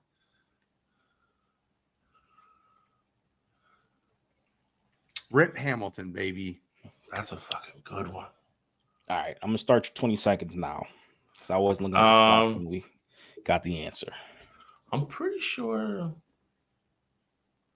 he won one in Indiana. I'm gonna go with Isaiah. Isaiah Thomas is correct. 81 at Indiana, 89 and 90 with the Pistons. Jeez. I'm lost. So, well, you got 18 seconds still. So I know, but I'm trying to think the whole time Shao has been talking too. So Shao, you can take your time going on. Yeah. All right, give you 5 seconds here. 5? That just went from 18 to 5 quick. That was definitely not 15 seconds. It Give was. Me, Bill Lambier. Ooh. Bill Lambier. See if he's here. Just trying to Bill Lambier is a strike. God damn it. So 1 strike apiece. 20 seconds. It's really tough for me to remember the college ones. The NBA ones. That's the funny part. That's where I'm struggling. Like I'm trying to I'm going through like North Carolina and Duke and like how many of those guys like won one and didn't win one. I have one. All right, Bill. Got 5 seconds here, my friend. I will go. I don't think he won one. I'll go with Vince Carter. Vince Carter is strike 2 for Bill. Piece of shit. I have an easy one. 100%. This just happened this last year. Average Al Horford. Al Horford is on the list. He is the most recent one. Yeah, I just thought of it because I was thinking of those Gators teams. I'm trying to go through the 2000s champions because they're the most recent players. Give you 20 seconds. This is for all the marbles here, Bill. Who's on North Carolina?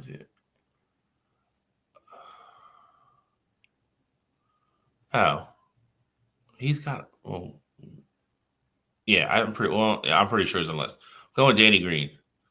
Danny Green is on the list. Let me pull back up his years here specifically. Danny Green, 09 with Carolina, and then he's got one with the Spurs, the Raptors, and one with the Lakers. Okay. I'm now lost because I had one and I said it too quick. Maybe I should take my time on the ones I say so I can 20 seconds. Don't interrupt me. This is my stall time. I know. I was giving it to you. I waited till you got to the last word. I appreciate it.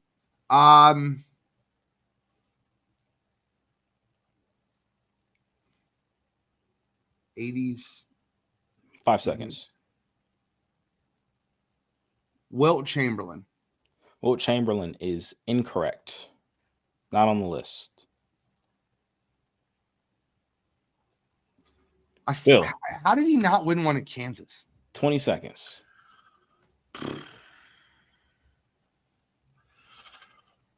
G's gonna win. I don't think I have one.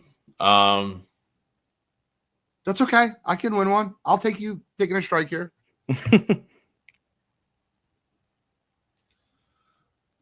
Trying to think of little Kentucky teams. 5 seconds. Do you have an answer? I don't. There we go. Let's go! Got him off the schneid. I don't think I have another one. I don't. The college part's the one I was struggling with. I thought I'd be like, I thought I would screw around the other side, but I didn't even know who this is. Is he on the list? Yes, he is. I don't know who that is. The two other most recent one happened with the Nuggets 2 years ago. You had Christian Brown, won one at Kansas and won one with the Nuggets. Colin Gillespie was also on that Nuggets roster that won it in 2023. Yeah, dude, I was trying to do the Nova guys too, and I was like, I don't think any of them won an NBA championship. Quinn Cook has one. He got one. Duke got one with the Warriors and I wouldn't the have thought about Lakers. Nope. Clyde Lavalette from the 50s and 60s. Don't know who that is. Fuck that is. Corey Brewer, another guy from that Gators team. Yeah. He has one from Florida. You know, it's funny when I got Dallas. stuck. When I got stuck, I was thinking Joakim Noah. I'm like, did Joakim Noah win one? All of a sudden, and I was like, the only thing I can remember is that Bulls made it to like the Eastern Conference Finals that year. Yeah. I was like, and I don't think they won. Yeah, Quinn Buckner. There's another one. There's another one. I can. John Havlicek's got to be on this list. John Havlicek is on this list. Yeah, from the 80s Celtics teams. And he won 1 in 60 with the Buckeyes. Other of names of note, you said Glenn Rice, you said him. Maurice Spates is a somewhat recent one. He was on the 07 Florida team there. Let's see any more recent guys. That was a good one, Cottrell. Yeah, there's more. There's a lot more like older. Jason Terry is another one that you guys would know. Jason Terry and Antoine Walker. Where do you go? Do you go? Jason Terry went to Arizona. Yeah, Arizona, and then Antoine Walker, Kentucky in '96, and then with the Heat in '06. Yeah, see, Walker was one of those guys I was trying to like figure out through Kentucky. Cottrell, you're getting on the board next week. You're going to beat me next week. I know it. Ha! That's what you think. So I come in here with a golf question. I said Cottrell will win. I won't beat him in golf. All right. Let's get back to the bracket, and then we'll get some college basketball. Let's finish out the first round. We can do the whole first round. We got time. I'm down. I love that. So, by the way, I don't care about the seedings. Screw the seedings because I don't agree with them. I wouldn't see these this way either, but I'll keep my mouth shut. I can't go first every time. Cottrell, introduce the next one. All right, so you got the ever elusive Manti Te'o's girlfriend, or what turned out to be fake girlfriend, from the year that Notre Dame went to the national championship game, the year that Manti Te'o was a Heisman finalist. I believe it was 2012 or going into 2013.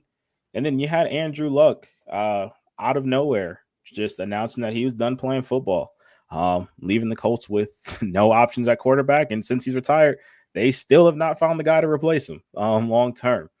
For me here, it's so tough. Like I think the Manti Te'o's like fake girlfriend was more interesting. Like it definitely had, like I was locked into that a lot more. But in terms of shock, like you don't see quarterbacks in their prime retire in football. Like you just don't see that. So for me, I'm going with the upset here. I'm taking the 13 over the 4. I like Andrew Luck's retirement here because this was literally, in terms of shock, this was up there with everything for me. Well, let me go next then because I'm going to split the baby. I don't know. I think Manti Te'o's fake girlfriend could win the whole bracket. So like this is where me and you, I don't know how you're that gapped on this than I am. The Manti Te'o's fake girlfriend thing was the craziest story. And when it happened was after, like it was before the national championship, around the Heisman, like that. And then it kept coming out. It was more and more news. And you're like, how the hell did this happen? And it's Linnea Kekua. And like, it was the craziest story I think I've ever heard in my life, and happened over Christmas. And you could see him on the Heisman stage holding back tears, like how like emotionally charged it had him. Then he's in the national championship game. And they're talking about it in the national championship game about Linnea Kekua and Manti Te'o's fake girlfriend. That was the craziest story ever. I don't think we'll ever hear that again, that a player of that big, of that stature, gets catfished on that big of a level. So you said the magic word for me. I mean, I think at the end of the day, I mean, that's really what happened. He got catfished. He was a lonely guy at school, and he got catfished by somebody who said they lived in Hawaii, where he's from. I mean, I feel for him. I don't know. Shock. I guess it was shock. I feel like it was only shocking because of who he was. Like, bro, wasn't it shocking when he like wished his girlfriend a goodbye on national television after he won a game and he was crying about her dying, like, or her being in the hospital? Like, you don't remember that whole, dude, how that played out? I do. But like at that point, it wasn't shocking because everybody thought she was real still. So I'm just saying this, like, if you take him being a football player who he was out of it, he's just another college kid that got like he just got catfished. Like that's what it was. Like for me, like Wild. Andrew Luck literally being like at the height and standing there on the sidelines and only like 3 people knowing, and then all of a sudden, like you could watch the video where like everybody like starts looking at him and pointing at him and booing him because it leaks somehow that he's gonna retire after the game. And to Cottrell's point, kind of like I mean that franchise hasn't been the same since. That is a weird. I remember how like weird that was to watch when he's standing there their last regular season game, and him already letting the GM know that he's going to retire, and then it leaks, and like by the time he walks off the field, people are like booing him and like throwing things at him. Yeah, like I'm going Andrew Luck for me. It's so wild that just got eliminated. That's so wild, bro. 28 years old. A 4-time Pro Bowler, 28 years old. You had a guy that done playing football. A fake girlfriend on TV. Like I just don't. It happens every day. There's literally a show. They had a clown eHarmony commercial at Manti Te'o having it. I cannot believe you guys just allowed Manti. I think Manti Te'o could be the most shocking story on this whole thing. And you guys could be the most. I think it could be the most interesting story. Like I'm glad they made the untold stories about it, like to learn the behind the scenes stuff. But I don't think it's I don't think it was the most shocking. I can't believe I didn't shock you. It shocked the hell out of me. It was like so wild to me. See, like shock's not the right word for me. Like I would agree with Cottrell there. Like interesting, like because then like when you watch the story and saw how many layers of it there were, and then how like at the time like the people that were involved in it were like, all right, like we're in this way too goddamn deep now. Like ESPN's coming around, like we gotta get out of it. Like that part of it to me was super interesting, like how they kept it going and like how they kept him believing she was real and everything else. I just don't know, like it just didn't have the shot. Like again, to me, like if you take him being a football player out of it, it's just another college kid getting catfish, which happens a million times every day. Yes, bro. You guys does. There's an MTV show about it. It's been on for like 15 years. That's all it is. That, but it was a guy. It was a Heisman finalist. That was just okay. You guys do you. Chow, you're up. So wild. I mean, like if we put that poll online, it would be like 88 to 12%. Oh, I disagree. Yeah, I don't know about that. Lance Armstrong getting busted for steroids. A-Rod trade to the Yankees. Yawn and yawn. I would say yawn and yawn. I wouldn't disagree with that, but nationally, one of these was a ginormous story. Oh yeah, Lance was. Yeah, for sure. It's Lance for me. I mean, if first off, like American cyclists practically never win the Tour de France. I think he won 4 in a row or something. Then had testicular cancer. Then came back and won another one. But again, you would talk about an interesting story about layers and layers and layers of people who covered up for him and lied for him, went to jail for him. And he was the baby face of sports for a long time, man. Like he was squeaky clean as you could get. And it was, everybody had those damn the Live Strong bracelets. Man. For that to all come crumbling down, that was massive for me. The A-Rod thing just became interesting, obviously, because they originally he was supposed to get traded to Boston. And then the very last second, the Yankees came in and took him after Boston already thought they had him. And then obviously he went to play with Jeter when they were friends and they weren't friends, whatever. This one's kind of a blowout for me, but I'm firmly on the Lance Armstrong side here. Same. Well, for sake of time, same. Yeah, I'm going with Lance as well. It's really not much more to add because I don't think either one of them were crazy. But the Lance thing was, I think what made the Lance part the most interesting was like literally like the Live Strong bracelets were everywhere. Like I think I was in middle school during that time frame, maybe early high school. I can't remember the exact years there, but for it to come out that he was essentially cheating the whole time was nuts. So going with Lance as well. So clean sweep there. Do you guys want to do the second half, or do you want to save it for next week? Let's save it for next week. I really want to get into some college basketball. All right, let's get to college basketball, and then we'll do that second side next week. There actually is one on the other side that I think could win, actually, now that I'm looking at it. It'd be interesting. We'll talk. I just can't. I'm still flabbergasted. You guys let me in by KO. Bro, he's a college kid who got it's like, I don't know, man. He was a 28-year-old guy that retired from the NFL. Wasn't even the best quarterback in the NFL. Never won a Super Bowl. I mean, Andrew Luck was good, but bro.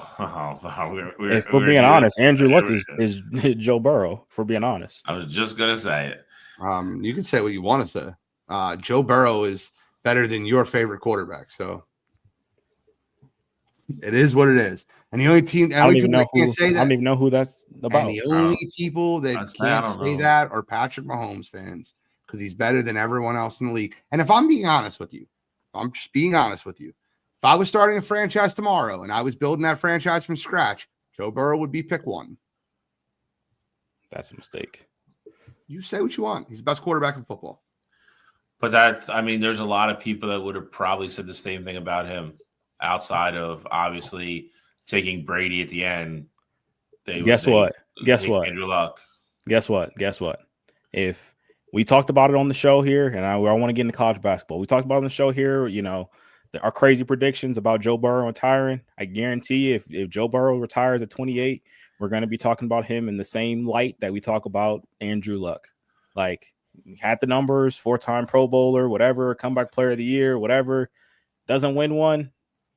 You get looked at as a great, but we essentially forget about you in 10 years. Oh, bro, you can take your part in shots all you want. I get it. He's in your division and he tortures your team. I get it. No, it's not a parting shot. I mean, I got him as the third best quarterback in football. I mean, and you have Lamar too, and you have Josh 4. Yes. Okay. I mean, I can hear Lamar too. I can't hear Josh, and Joe's better than both of them. But the point I make, and never mind. I've got my points out. I don't need to say anything more. Let's go to college basketball. Let's go to college basketball. Let's the hell out of here. This is Chris Paul thing again. Same thing. Oh my God! Stop. We're definitely not doing that. Andrew Luck. I mean, I just said what it is. I just haven't heard any more Dame Lillard's better than Chris Paul's career comparisons recently. Oh no.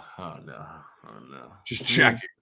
I mean, he still got 9 years to win as many rings as Chris Paul has already. So, and he won't. Guess we'll see. Maybe he'll cheat the All-Star game in 8 years. He played by the rules. All right, so what we're doing, college basketball. Andy Katz put out his predictions of how the brackets would look, like if everything ended today or whatever. So we got the 4 regions. Obviously, a lot of these are going to be subject to change, but just kind of gives you an idea about what teams you can expect in the tournament here, like as a whole. But we've been talking about, the SEC.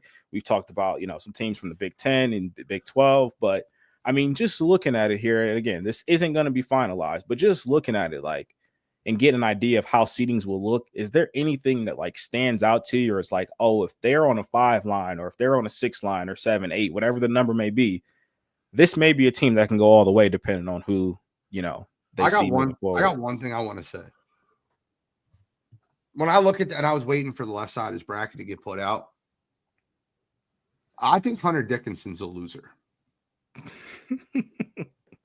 Every year, if you bet the under on the Hunter Dickinson teams he's played on between Michigan and Kansas, you would have capped.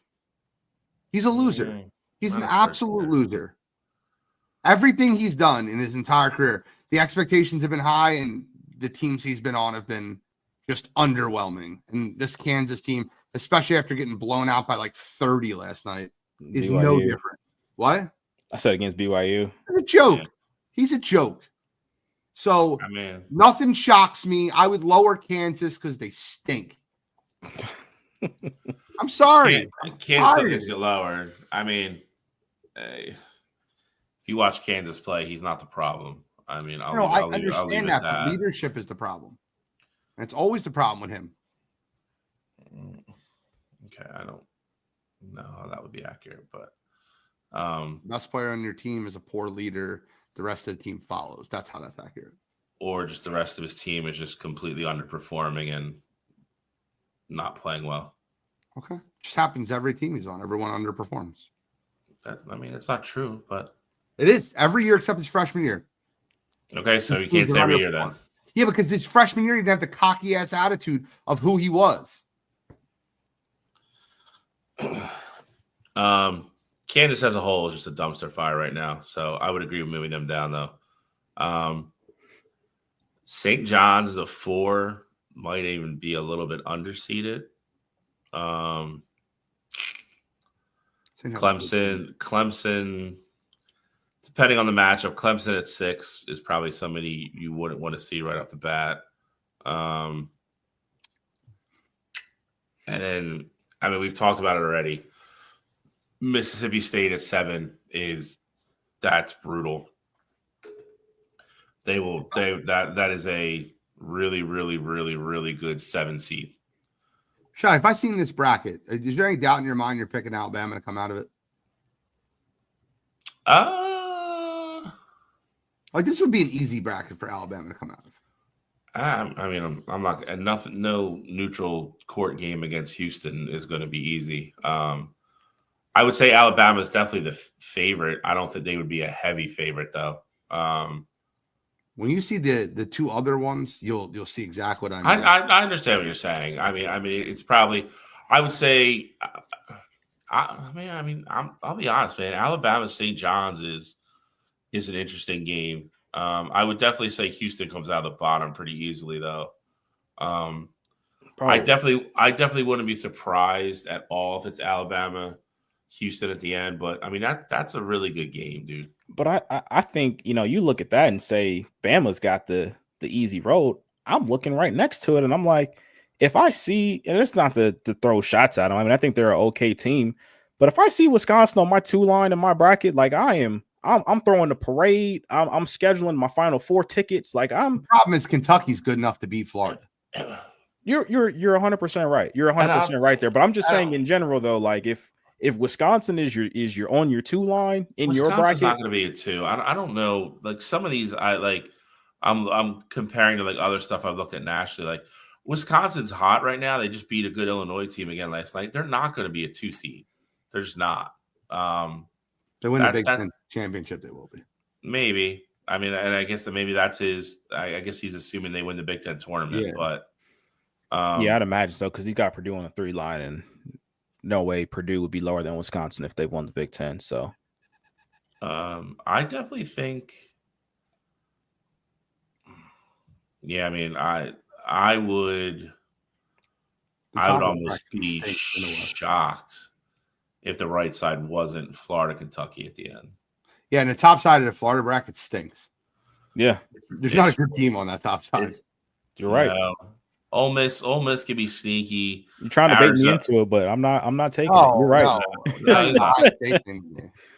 Arizona was what I was talking about, the Caleb Love thing. Is way overseeded at 4. Yeah. No thanks. All right, I got Florida and Alabama. I'll go 2 1 seeds. I think Kentucky definitely hits the Elite 8, though, in the bottom of that West region. Yeah, and I would go. I would agree with that. I'm not gonna lie to you. Like I really want to pick Houston, but to be honest, if I'm looking at this, like I love Clemson's like route to get there. Like beating that 11th seed, then beating Purdue. Like I think that's very possible. And then, I mean, Houston, that game against Mississippi State wouldn't be a walk in the park. Like Mississippi State is battle tested. Like, so if I was being like safe, I probably would say Bama and Clemson. And on the right side, Florida and Kentucky, I think would be pretty clear for me. See, I would even say that's the thing. Like, if Mississippi State knocks off Houston, Mississippi State might walk in to Lead Eight. Really might. Yeah. It's definitely possible. I agree. I think the bottom of that bracket's a little bit of a nightmare, but I think Bama only has to beat one of them. True. Which would be nice. Yeah, although St. John's is a good team, but St. John's is good. They are good. Rick Pitino, I don't know if anybody saw it. They had that kind of like Hard Knocks behind the scenes show following them. The other day. He's coaching them, and they're good. You guys ready to go to the other side of the bracket? Yes, sir. Yep. This is what I mean about absolute brackets of death. Both of these sides have really, really tough. Just this is this tougher side of the two, the East and the South region. So let's start with the East side. You guys know my feelings on Duke. You guys know my feelings of Cooper Flag. Tennessee, who lost a couple games in a row. I don't know how they still end up as a 2, but that's okay. Texas Tech is a problem. BYU is an 11 seed in the side is a problem. Illinois is a good team. Texas isn't a terrible team. And then when you go to the top, Michigan State is battle tested. They're a good basketball team. They're very good coached. And then you look at West Virginia as a 9. They're a good 9. That left side is murderer's row. I'm actually going to disagree with you on a lot of it, to be honest. You don't think BYU is a good team? You don't think Tennessee's a good team? I'm not disagreeing with you that they're both good, but like for instance, like Illinois, like one of them is knocking one of them out right off the get go. So I think Texas Tech is overseeded at 3. Texas is going to get in because it's in the SEC. They have a losing record in conference and they have a bunch of bad losses. They're going to get in on strength of conference and strength of record, not and strength of schedule. They're not. I don't think they're a dangerous 10. Tennessee can win the whole thing. Michigan State at 4. I mean, I think that's going to vary depending on what they do in the tournament. West Virginia stinks. They have a couple big wins that are going to get in. They're all because they won them at home. They're terrible on the road. I think I'm shocked, like shocked if that bracket is not Duke Tennessee at the end. See, that's where I disagree. I do disagree with you, Bill. I'm more so on the side of Gene with this one because I think that like there are a lot. Like you look at what Duke's, I don't want to say kryptonite is because they've only lost 3 games or two or 3 games this year. Wow. But you look at like what they struggle with, got teams that have the size to match up with them and teams that are physical that are going to be physical with them. I look at it like in the Sweet 16, you're looking at a matchup against, I would say most likely Michigan State. Michigan State is a physical team that has the size that's going to run up and down the court and that's going to defend the hell out of the ball. Like I think that'll be as far as 4 seeds go, like that's going to be probably the toughest 4 seed in the tournament. Like I look at the bottom half, Tennessee at their best, they're one of the teams that can win a national championship this year. Like that's just who they are at the core. And then like that middle region there, Duke's in a good spot because they would only need to beat 2 of these people who I think that, could contend for this region here. Which is, if you're in that bottom half of that region, you're in a pretty tricky spot. Because I think Texas Tech is good. I think Illinois is decent. I think they may be a little overrated, but I also think BYU is finding their footing at the right time in a big win over Kansas. Like not just the W being in the column, but how it happened. Like they beat the snot out of Kansas. And so you're playing playing good basketball at the right time. Like that's important. So I do think this East region is, as a whole, I do think it's probably the toughest one we've seen so far. But with that said, I mean, I think you could still end up with Duke, Tennessee, and this still being a really tough region. Like I think the Duke Michigan State game might be closer than, some Elite 8 games in other regions. I don't disagree with you, obviously. Let's go on to the right side. And the right side, once again, I think it's very tough. It's a very tough right side. I mean, outside bum-ass Michigan being a 4. I'll tell you, biggest problem. Michigan, Auburn's a horrible matchup for Michigan. They pretty much play the same way. Auburn's just bigger. But like Auburn, even though UConn I think they just lost again last night to Villanova at home. No, they won. They won. It was a close game, though. I think UConn is not. Apart. Yeah, correct. But they're still a battle-tested, back-to-back national championship team, well-coached team. If I would have to see Dan Hurley on the other side, like I'm okay with that. Like if you can give me a path that doesn't involve Dan Hurley, I'd be 100% okay with that. I feel like that Auburn's got a really tough road in that bracket. And shit, even if they like in this scenario here, even if UConn loses, like let's not act like Scott Drew can't coach. Like I don't want to see Baylor eat, and Baylor's got one of the best kids in the country, so I wouldn't want to see them either. Not to say that Auburn's not better than them, but Baylor can cause some problems too. And then Iowa State and A&M in the bottom is just that's tough. I mean, if you're Auburn, the good thing is one of them is going to get eliminated before you get to them. Yep.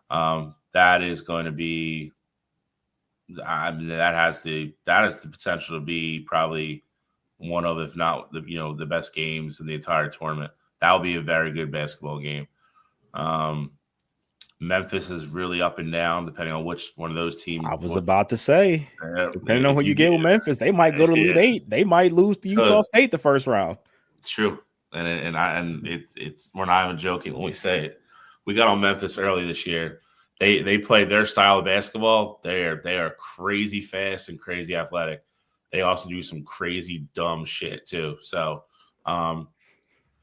after he gets them dialed in, they don't turn the ball over. They are tough. They are tough. If they start trying to be N1 players, like Michelle said, they'll lose by 12 to Utah State. Yeah, I mean, this is the South region would definitely be the one where I'm like, all right, I got to see how every single one of these games go. Like I mean, I already watched, of course, March Madness. Like I watch all the games anyway, but like that South region, like Auburn could either have like a cakewalk or they could be in for like the fight of their lives. Like if somehow, some way, I shouldn't say somehow, some way, but like if Marquette beats Michigan and, we get the UConn or Baylor team that we've seen all season, then I mean, I think they can get through those games rather easily there. Again, you could see a Memphis team that looks great against, Utah State or even A&M. But if you see them in the Elite Eight or the Sweet 16 or whatever, I think they're a team that's, able to get beat there. So that South region is literally full of all the teams that are like, hit or miss. And that would be fun if you put all of them in the same region. And I don't want to get too off track. And I think that this college basketball talk is going to continue. I almost feel like we should be doing the first four on each side like we did last year, and then adding the women's first four. Top four in each bracket, because women's college basketball right now is awesome. I don't know how much you've watched, and I'm not saying it's better than the men's. I'm not doing that but it's great. It was last year. Juju Watkins is a friggin' problem. Man, she's so fun to watch. I can't. I wish I could explain to you. If she was coming out this year, she'd be the number one overall pick. She would be over. Sure. No doubt about it. She's incredible, and I think that there's so many teams that can win the women's bracket. Like we talk about Paige, and we talk about South Carolina with Dawn Staley, and we talk about Juju Watkins, and we just don't talk about Notre Dame. Like Notre Dame is incredible. UCLA's lost one game this year, and it was due to Juju going absolutely berserk. LSU's been incredible. That's what I'm saying. LSU lost 2 games this year. Been good this year. Duke's been good. Like there's been TCU, Haley Van Lith on the redemption tour. She's been incredible this year. I don't know, man. There's so many good teams in women's college basketball, and I don't know. It's very tough for me to say. It's very exciting. I cannot wait to watch it. It is, and because we're on the topic, the one thing that I'll say is that I understand I partially understand why the WNBA has the rule that you have to be either graduated or 4 years removed from high school before going to the draft, but that is doing it, and it's not to shit on the rest of the league, but it's doing Juju Watkins a disservice to have to go to school 2 more years. Like, it's great for college basketball fans, but there's no reason why she shouldn't be going to the WNBA. So let me give you a counterpoint to that. Up until this past year, women's college basketball outtrued the WNBA. Okay. So that's what. So these women are making just as much money, if not more, in college basketball, which is why the conversation of Caitlin getting a 5th year of eligibility was a thing. And she ultimately didn't do it, but she could have got another year of eligibility to Iowa. I would say that's fine. Like, if that's what she wants to do, that's fine. But I think it's should be required. important. It should be their choice if that's what they want to do. Like, if Juju's like, all right, at this point, like, I'm bored with college basketball. Like, I'm the best one here. Like, I want to better myself. Like, I want to go play against the best in the world. I feel like she should be able to do that. Just like Caitlin. Caitlin could have came out after her. She really could have came out after her sophomore year, but really after her junior year, and went to the league and been perfectly fine. Same thing with Paige. Paige is ready to go too. So, I mean, I just think with certain ones, like, you should have that ability. I understand why they don't, especially with how the league is set up right now. Like, you have legit players that go and get drafted at the end of the first round, or, you know, in the second round. They only do 2 rounds of the draft, but so you get players that get drafted and ultimately don't end up, like, it'd be the end of their rookie season. They're not on the roster anymore. Yeah. Because the WNBA is that, you know, jam-packed with talent. And that's why the expansion has been as important as it is. So, like, I understand why they do it. I just hope they find a common ground, like somewhere in the middle, as they're expanding more, because the game isn't, they may be making money in college and things like that, from like the Juju standpoint or even Paige, but there's no reason why they shouldn't have the opportunity to go play with the best in the world if that's what they want to do. Yeah, I hear you. If you had a pick, in your opinion, who would win the national championship for the men's and the women's, I would love to hear both your opinions before we move into headlines. Men's, I would go Auburn. Women's, I would go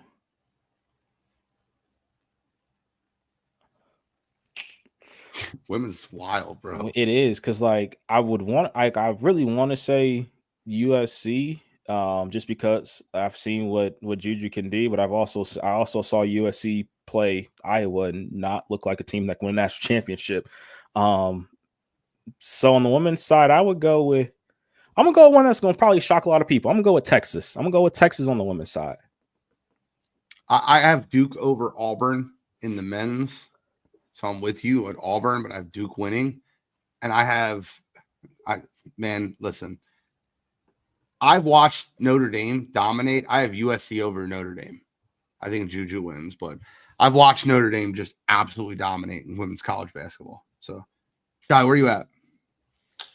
I'm going to go with Auburn. I think if they can play 4 or 5 games up to their level, I do think they're a little bit better than everybody else. I think Bruce Pearl finally gets one. I think it's his year. Women's,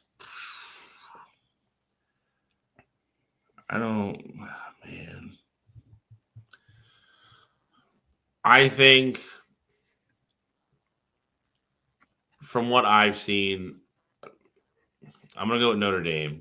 I think they have the ability to play the best form of a team game that I think a lot of the other teams do. I think they complement each other very well. I don't think they're relying upon one person going all for 30, and I think that can get you further in the tournament sometimes. Bro, that, you know, the best player no one talks about right now, and I mean, maybe not no one, but casuals don't know who they are, is Hannah Eldago. That girl for Notre Dame is just different. She's we talking about the best sophomore in the country by far if it wasn't for Juju Watkins. Yeah, I mean, there's a ton of them, ton of great soft. Malaysia Wiley from South Carolina, Madison. I don't know if Madison, I don't think is a sophomore, but Madison Booker at Texas. There's a lot of great college women's basketball players right now. Like the league is in a great spot. 100%. And like the co-part for Hannah is Olivia Miles. And Olivia Miles is like she's that senior leader that Notre Dame has, like keeps everything together. And I just think that putting those two together with Hannah and they're both Jersey girls. Like that's the cool part of it is they're both Jersey girls. I don't know if they played in they're 2 years different. I don't know if they played in the same AAU circuit or how that worked, but I guarantee you these girls didn't make the decision to go. Like I have to believe, and I don't know, I wish I knew better, that Olivia went and got Hannah. Like that was the come on over to Notre Dame. We got you. Like they're not far from each other in Jersey, but let me just stop. What headlines? What do we got this week, Control? All right. Well, since we're here, I got 4, but we're already kind of on the subject now, so I'll just start with this one. Cleveland Rockers gonna be a new WNBA team. They are returning to the WNBA in 2028. Are we liking the expansion? Are they expanding too fast? I mean, no, I'm jealous. And I think the biggest problem with the expansion is that they need to expand more because they can't get these girls out of college because the 10th, 11th, 12th pick in the draft are being cut from the teams before the season starts. Like you're getting picked 12th in the WNBA draft and you don't make the roster. There needs to be more expansion. I love it. I'm jealous. I wish Philadelphia would have a team. I don't think they're expanding too fast. I think expansion needs to happen. I don't think they can go start adding 2 or 3 teams, every other year. But to Gene's point, I think you have to get a couple more teams out there. We just talked about the wealth of talent that's already, in the college game now. That's going to be out in another couple years. I'm sure Cleveland would love to start their franchise building around Juju. It's definitely needed. The game is growing. It's growing in the right way. And the game, the on-court product is getting better and better as we speak. So I applaud it. I'm with Gene. I wish we would have got one.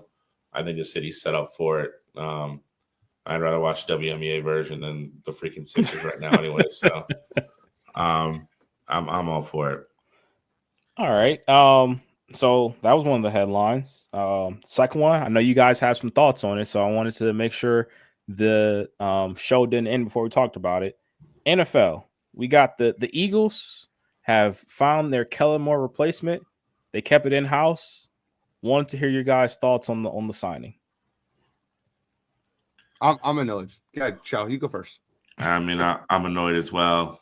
We talked about this last week. We talked about exactly what we didn't want to happen, and it happened. I blame Gene for putting it out in the atmosphere. It was out there.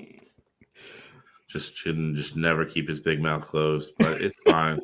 I got to deal with this guy for 2 years now, at least. Maybe 1. Maybe he'll get fired. No, listen. I mean, I think it was so. The disadvantage you have, obviously, if you win the Super Bowl is if you lose a coordinator, you are so deep and at the end of a cycle, there's usually not going to be a really good name out there. This is annoying to me because, as we talked about last week, is there are still better options out there for us, and we chose to go this route. I think this is how we throw Nick a bone because he won a Super Bowl, and it's what Nick wanted to do, and they weren't going to push back and rock the boat, and here we are. We'll say I'll give the dude the benefit of the doubt, but he better have it together real fast because obviously with the expectations of what this team is going to be next year, with the talent, with all the weapons, we cannot have a throwaway year like we did 2 years ago. That cannot exist. So we're gonna throw him in the deep end, see if he can swim. I guess. I mean, he's gonna have a very, very short learning curve. So biggest problem I have is the Philadelphia Eagles looked like they're reacting to Kellen Moore taking offensive coaches off the roster. This guy has been with the Philadelphia Eagles organization for the entire Nick Sirianni. Like Kevin Petula he's a guy that followed Nick Sirianni from the Colts to the Eagles. He's friends with Nick. And like his response was, I very rarely have a conversation where it's like, without asking, what would Kevin think? Or Kevin, what do you think? I don't want someone that thinks the same as Nick. I don't. I actually really hate the way the Philadelphia Eagles offense looked, even in the Super Bowl. And like, you look at that Philadelphia Eagles offense, let's just take a step back here. I want you to think for a minute. What was the best part of the offense? Oh, it was the run game. Okay. This guy was the passing game coordinator. Oh, you know what, though? He definitely wasn't on the staff when Brian Johnson and Nick Sirianni like had no offense the last 6-7 weeks of the season last year. Oh, yeah, he was. He was their passing game coordinator in which they couldn't pick up the blitz. It's like, what's different? I don't understand why we're promoting from within. Kellen Moore took the Eagles run game coordinator, like, to New Orleans. So what happens when you're a good team and you lose coordinators is some of your assistant coaches get gutted because they get promotions under other assistant coaches that get promoted. It would have been a perfect time to bring someone new into the house, bring someone new that could bring their own coaching tree into the house. You needed a guy, in my personal opinion, you needed a guy that would walk in and be able to bring a couple assistant coaches with him. For one guy leaves, you got to add. What you're essentially doing right now is you're basically promoting from within into a guy that was in one of the worst coaching jobs I've ever seen in my life. Fair enough. Did Kellen Moore took your QB coach too, right? Didn't he take him to New Orleans to be the QB coach, OC? QB coach, and our run game coordinator.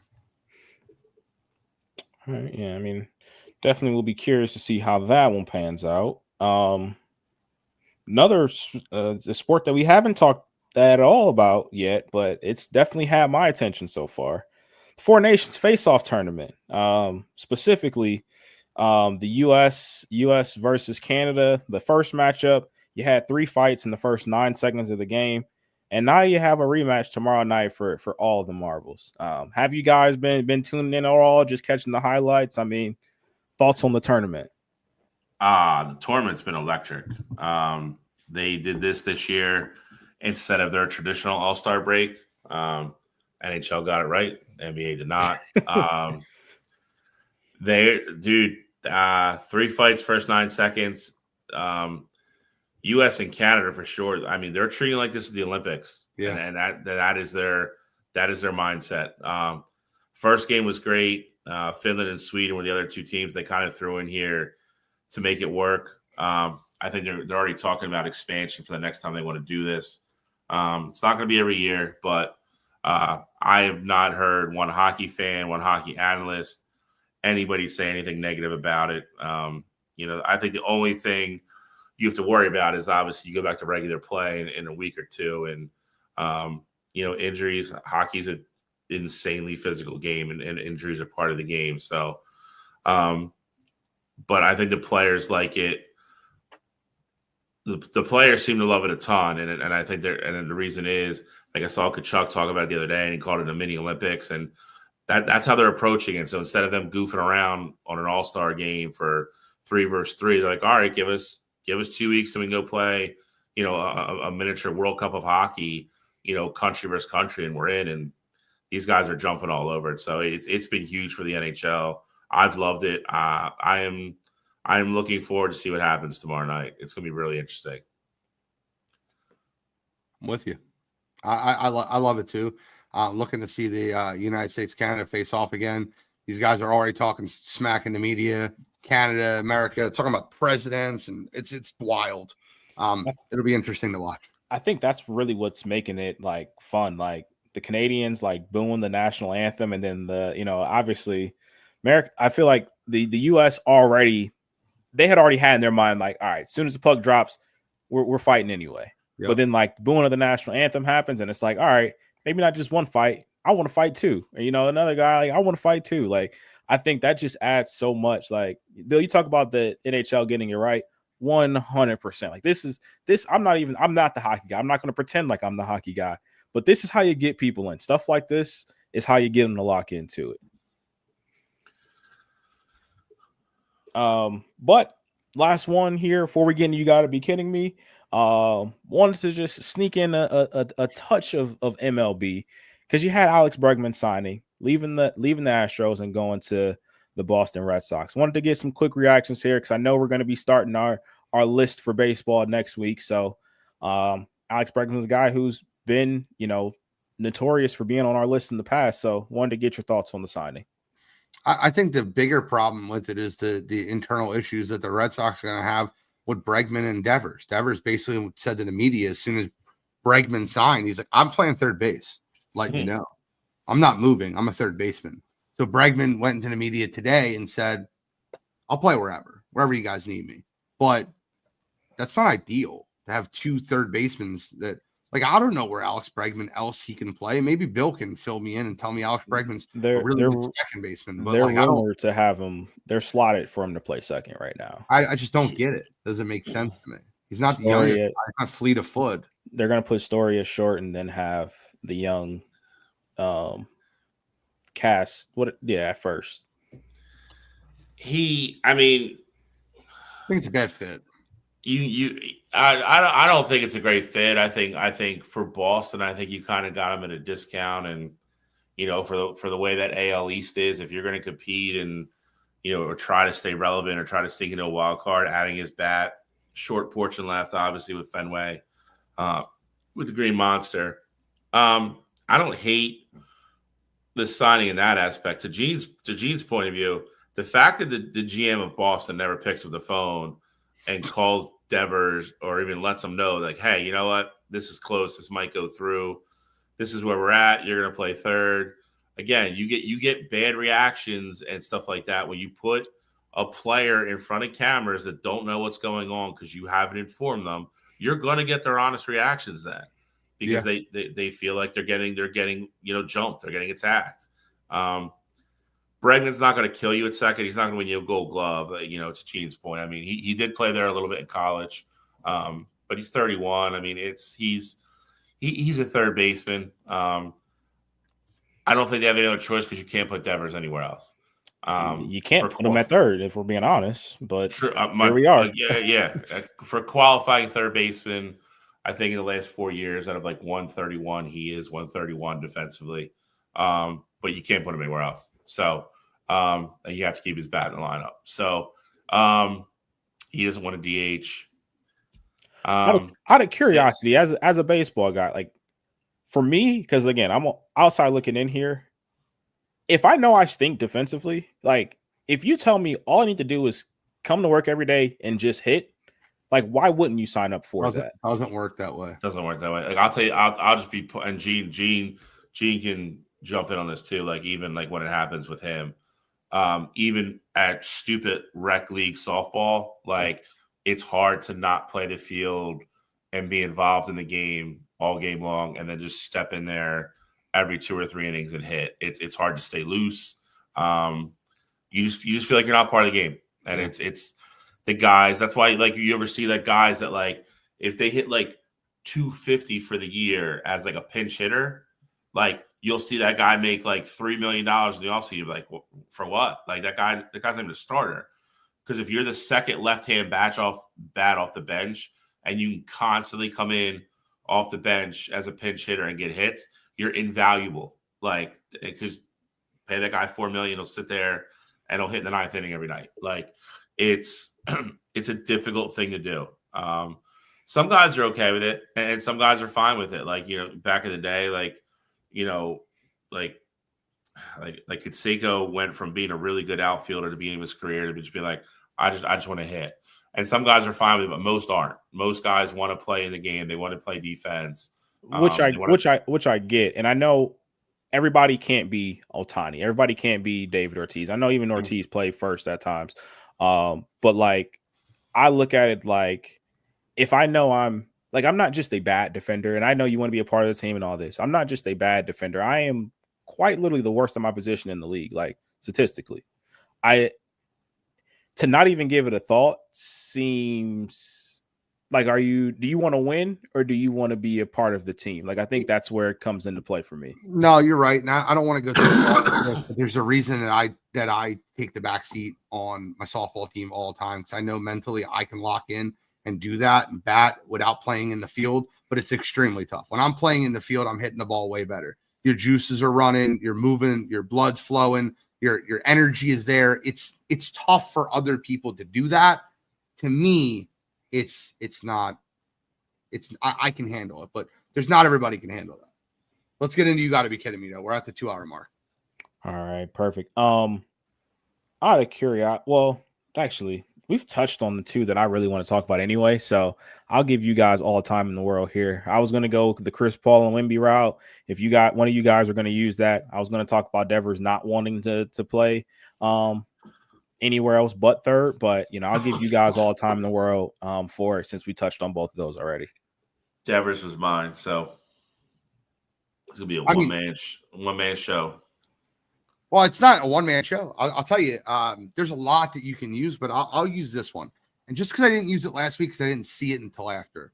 It's been almost 2 weeks since this happened, but I don't know if you know this, but there was an incident that happened at UMass basketball. Noah Lee is a guy that did the competition, and they give a $10,000 prize if you make a layup, a free throw, a three-pointer, and a half-court shot. So he makes the layup, he makes the free throw, he makes the three-pointer, and he goes to take the half-court shot, and he makes the half-court shot. They go nuts. Everybody's going crazy. He hits a $10,000 half-court shot. Whoa. He hits a $10,000 half-court shot. After he hits that half-court shot, they got the check out there, the big check, $10,000. After the game, the lawyers get in and go, yeah, his foot was on the line. His foot was on the line. And they refused to pay him the $10,000. Now, what was worse about it is there was a ton of social media backlash on this. So they offered him a package. And the package was he can get courtside seats to a UMass women's basketball game. And he can get 4 tickets to a UMass men's in some type of suite that they have. And then they'll give him $1,000, and then they'll let him do the contest over, but it won't be for 10 grand. It'll be for 1,000. Are you kidding me, guys?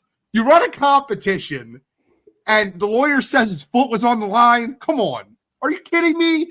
And the worst part of it is this: UMass, after all the backlash, after everything that happened just recently, has decided to reward him the $10,000 reward. I'm glad that social media blew this up, and this is the power of social media to begin with. Give the kid the $10,000. Stop being a grump. You're UMass University. I know you're not Duke. I know you're not Kansas, but $10,000 isn't the end of the world. The kid made an incredible shot. Stop being a joke. For that, this week, UMass. Come on, you gotta be kidding me. So I was actually going to use them last week, but then looking into it a little bit more, I found out that it really wasn't UMass wasn't the one that was paying him. It's actually lawyers, companies that pay out everything. So UMass was our hands are really tight. We can't just give this kid 10 at the time. They were give this kid $10,000. So they're we're going to do everything that we can from, athletic department standpoint. But then, as you talked about, they, got more into it, more outlet, more backlash came from it. And they're like, you know what? Just give him, the kid goes here. We cut him a check for $10,000. We'll just take it off his tuition or something. Correct. No, it's not hard. You know what? I looked this up real quick. I just want to see what the tuition at UMass is for 1 year. UMass is not probably ignorantly expensive. Yeah. Let's say it's a good school. Oh, it's in-state tuition. Fees are up to $40,499. So out of state's got to be around 70, 60, probably. Yeah. No, it's 17,000 in-state, 40,000 out-of-state. Oh, okay. But still, this is one fourth of this kid's tuition for 1 year. Just give me $10,000 and shut up. Sorry. Sure. I need to go on my rant. Any final thoughts, gentlemen? I got none. I thought I was gonna have a birthday, but I don't. I will have birthday next week. Okay. I don't have any, but I do know there are probably a ton of people that listen to the show and may have wondered why haven't we talked about and we haven't discussed this, but why haven't we talked about a certain incident happened in Baltimore? I just think that it's important to kind of address we kind of got out ahead of it with the Deshaun thing early. More facts came out, and a lot of our stance has changed. So I don't think we're necessarily ignoring it. Again, I don't want to speak for you guys, but I don't think we're necessarily ignoring it. But I think after you learn from the past. And so with that said, like once we get more details about what's actually happening in Baltimore, I feel like that's definitely going to be a conversation that we have on the show. But I feel like it was something that needed to be addressed, little, quiet things happen behind the scenes. But I will give him the same benefit of the doubt Sean got. And as soon as he cuts a check, then I'm done with him. So I will not give him the same benefit of the doubt that Deshaun got. And I'll add to it. I cannot wait to trash him because it's definitely going to come out true. It's like there's the more and more women that come out. But I just want to make sure. Listen, I'm at the 90-10 part, right? I'm almost ready to drive the hammer in because you know what does happen? And I hate saying this. I don't hate saying it. I love saying it. But I feel like I'm the guy that always says this. What ends up happening so many times in professional sports is the African-American player, the black player gets punished and gets berated in the media, and the white guy gets slipped under the rug. And that's not going to happen. That will never happen on this show. That's what we stand for. Sorry. I don't think if he's guilty, he's going to slide under the rug on this. I don't think so either. But I just want to make it very clear. I'm not going. You guys know me. Every time there's situation comes up with head coaches, I'm on top of it. There's no way that's going to happen. So if you're listening and waiting for that, the day is coming. You have no fear.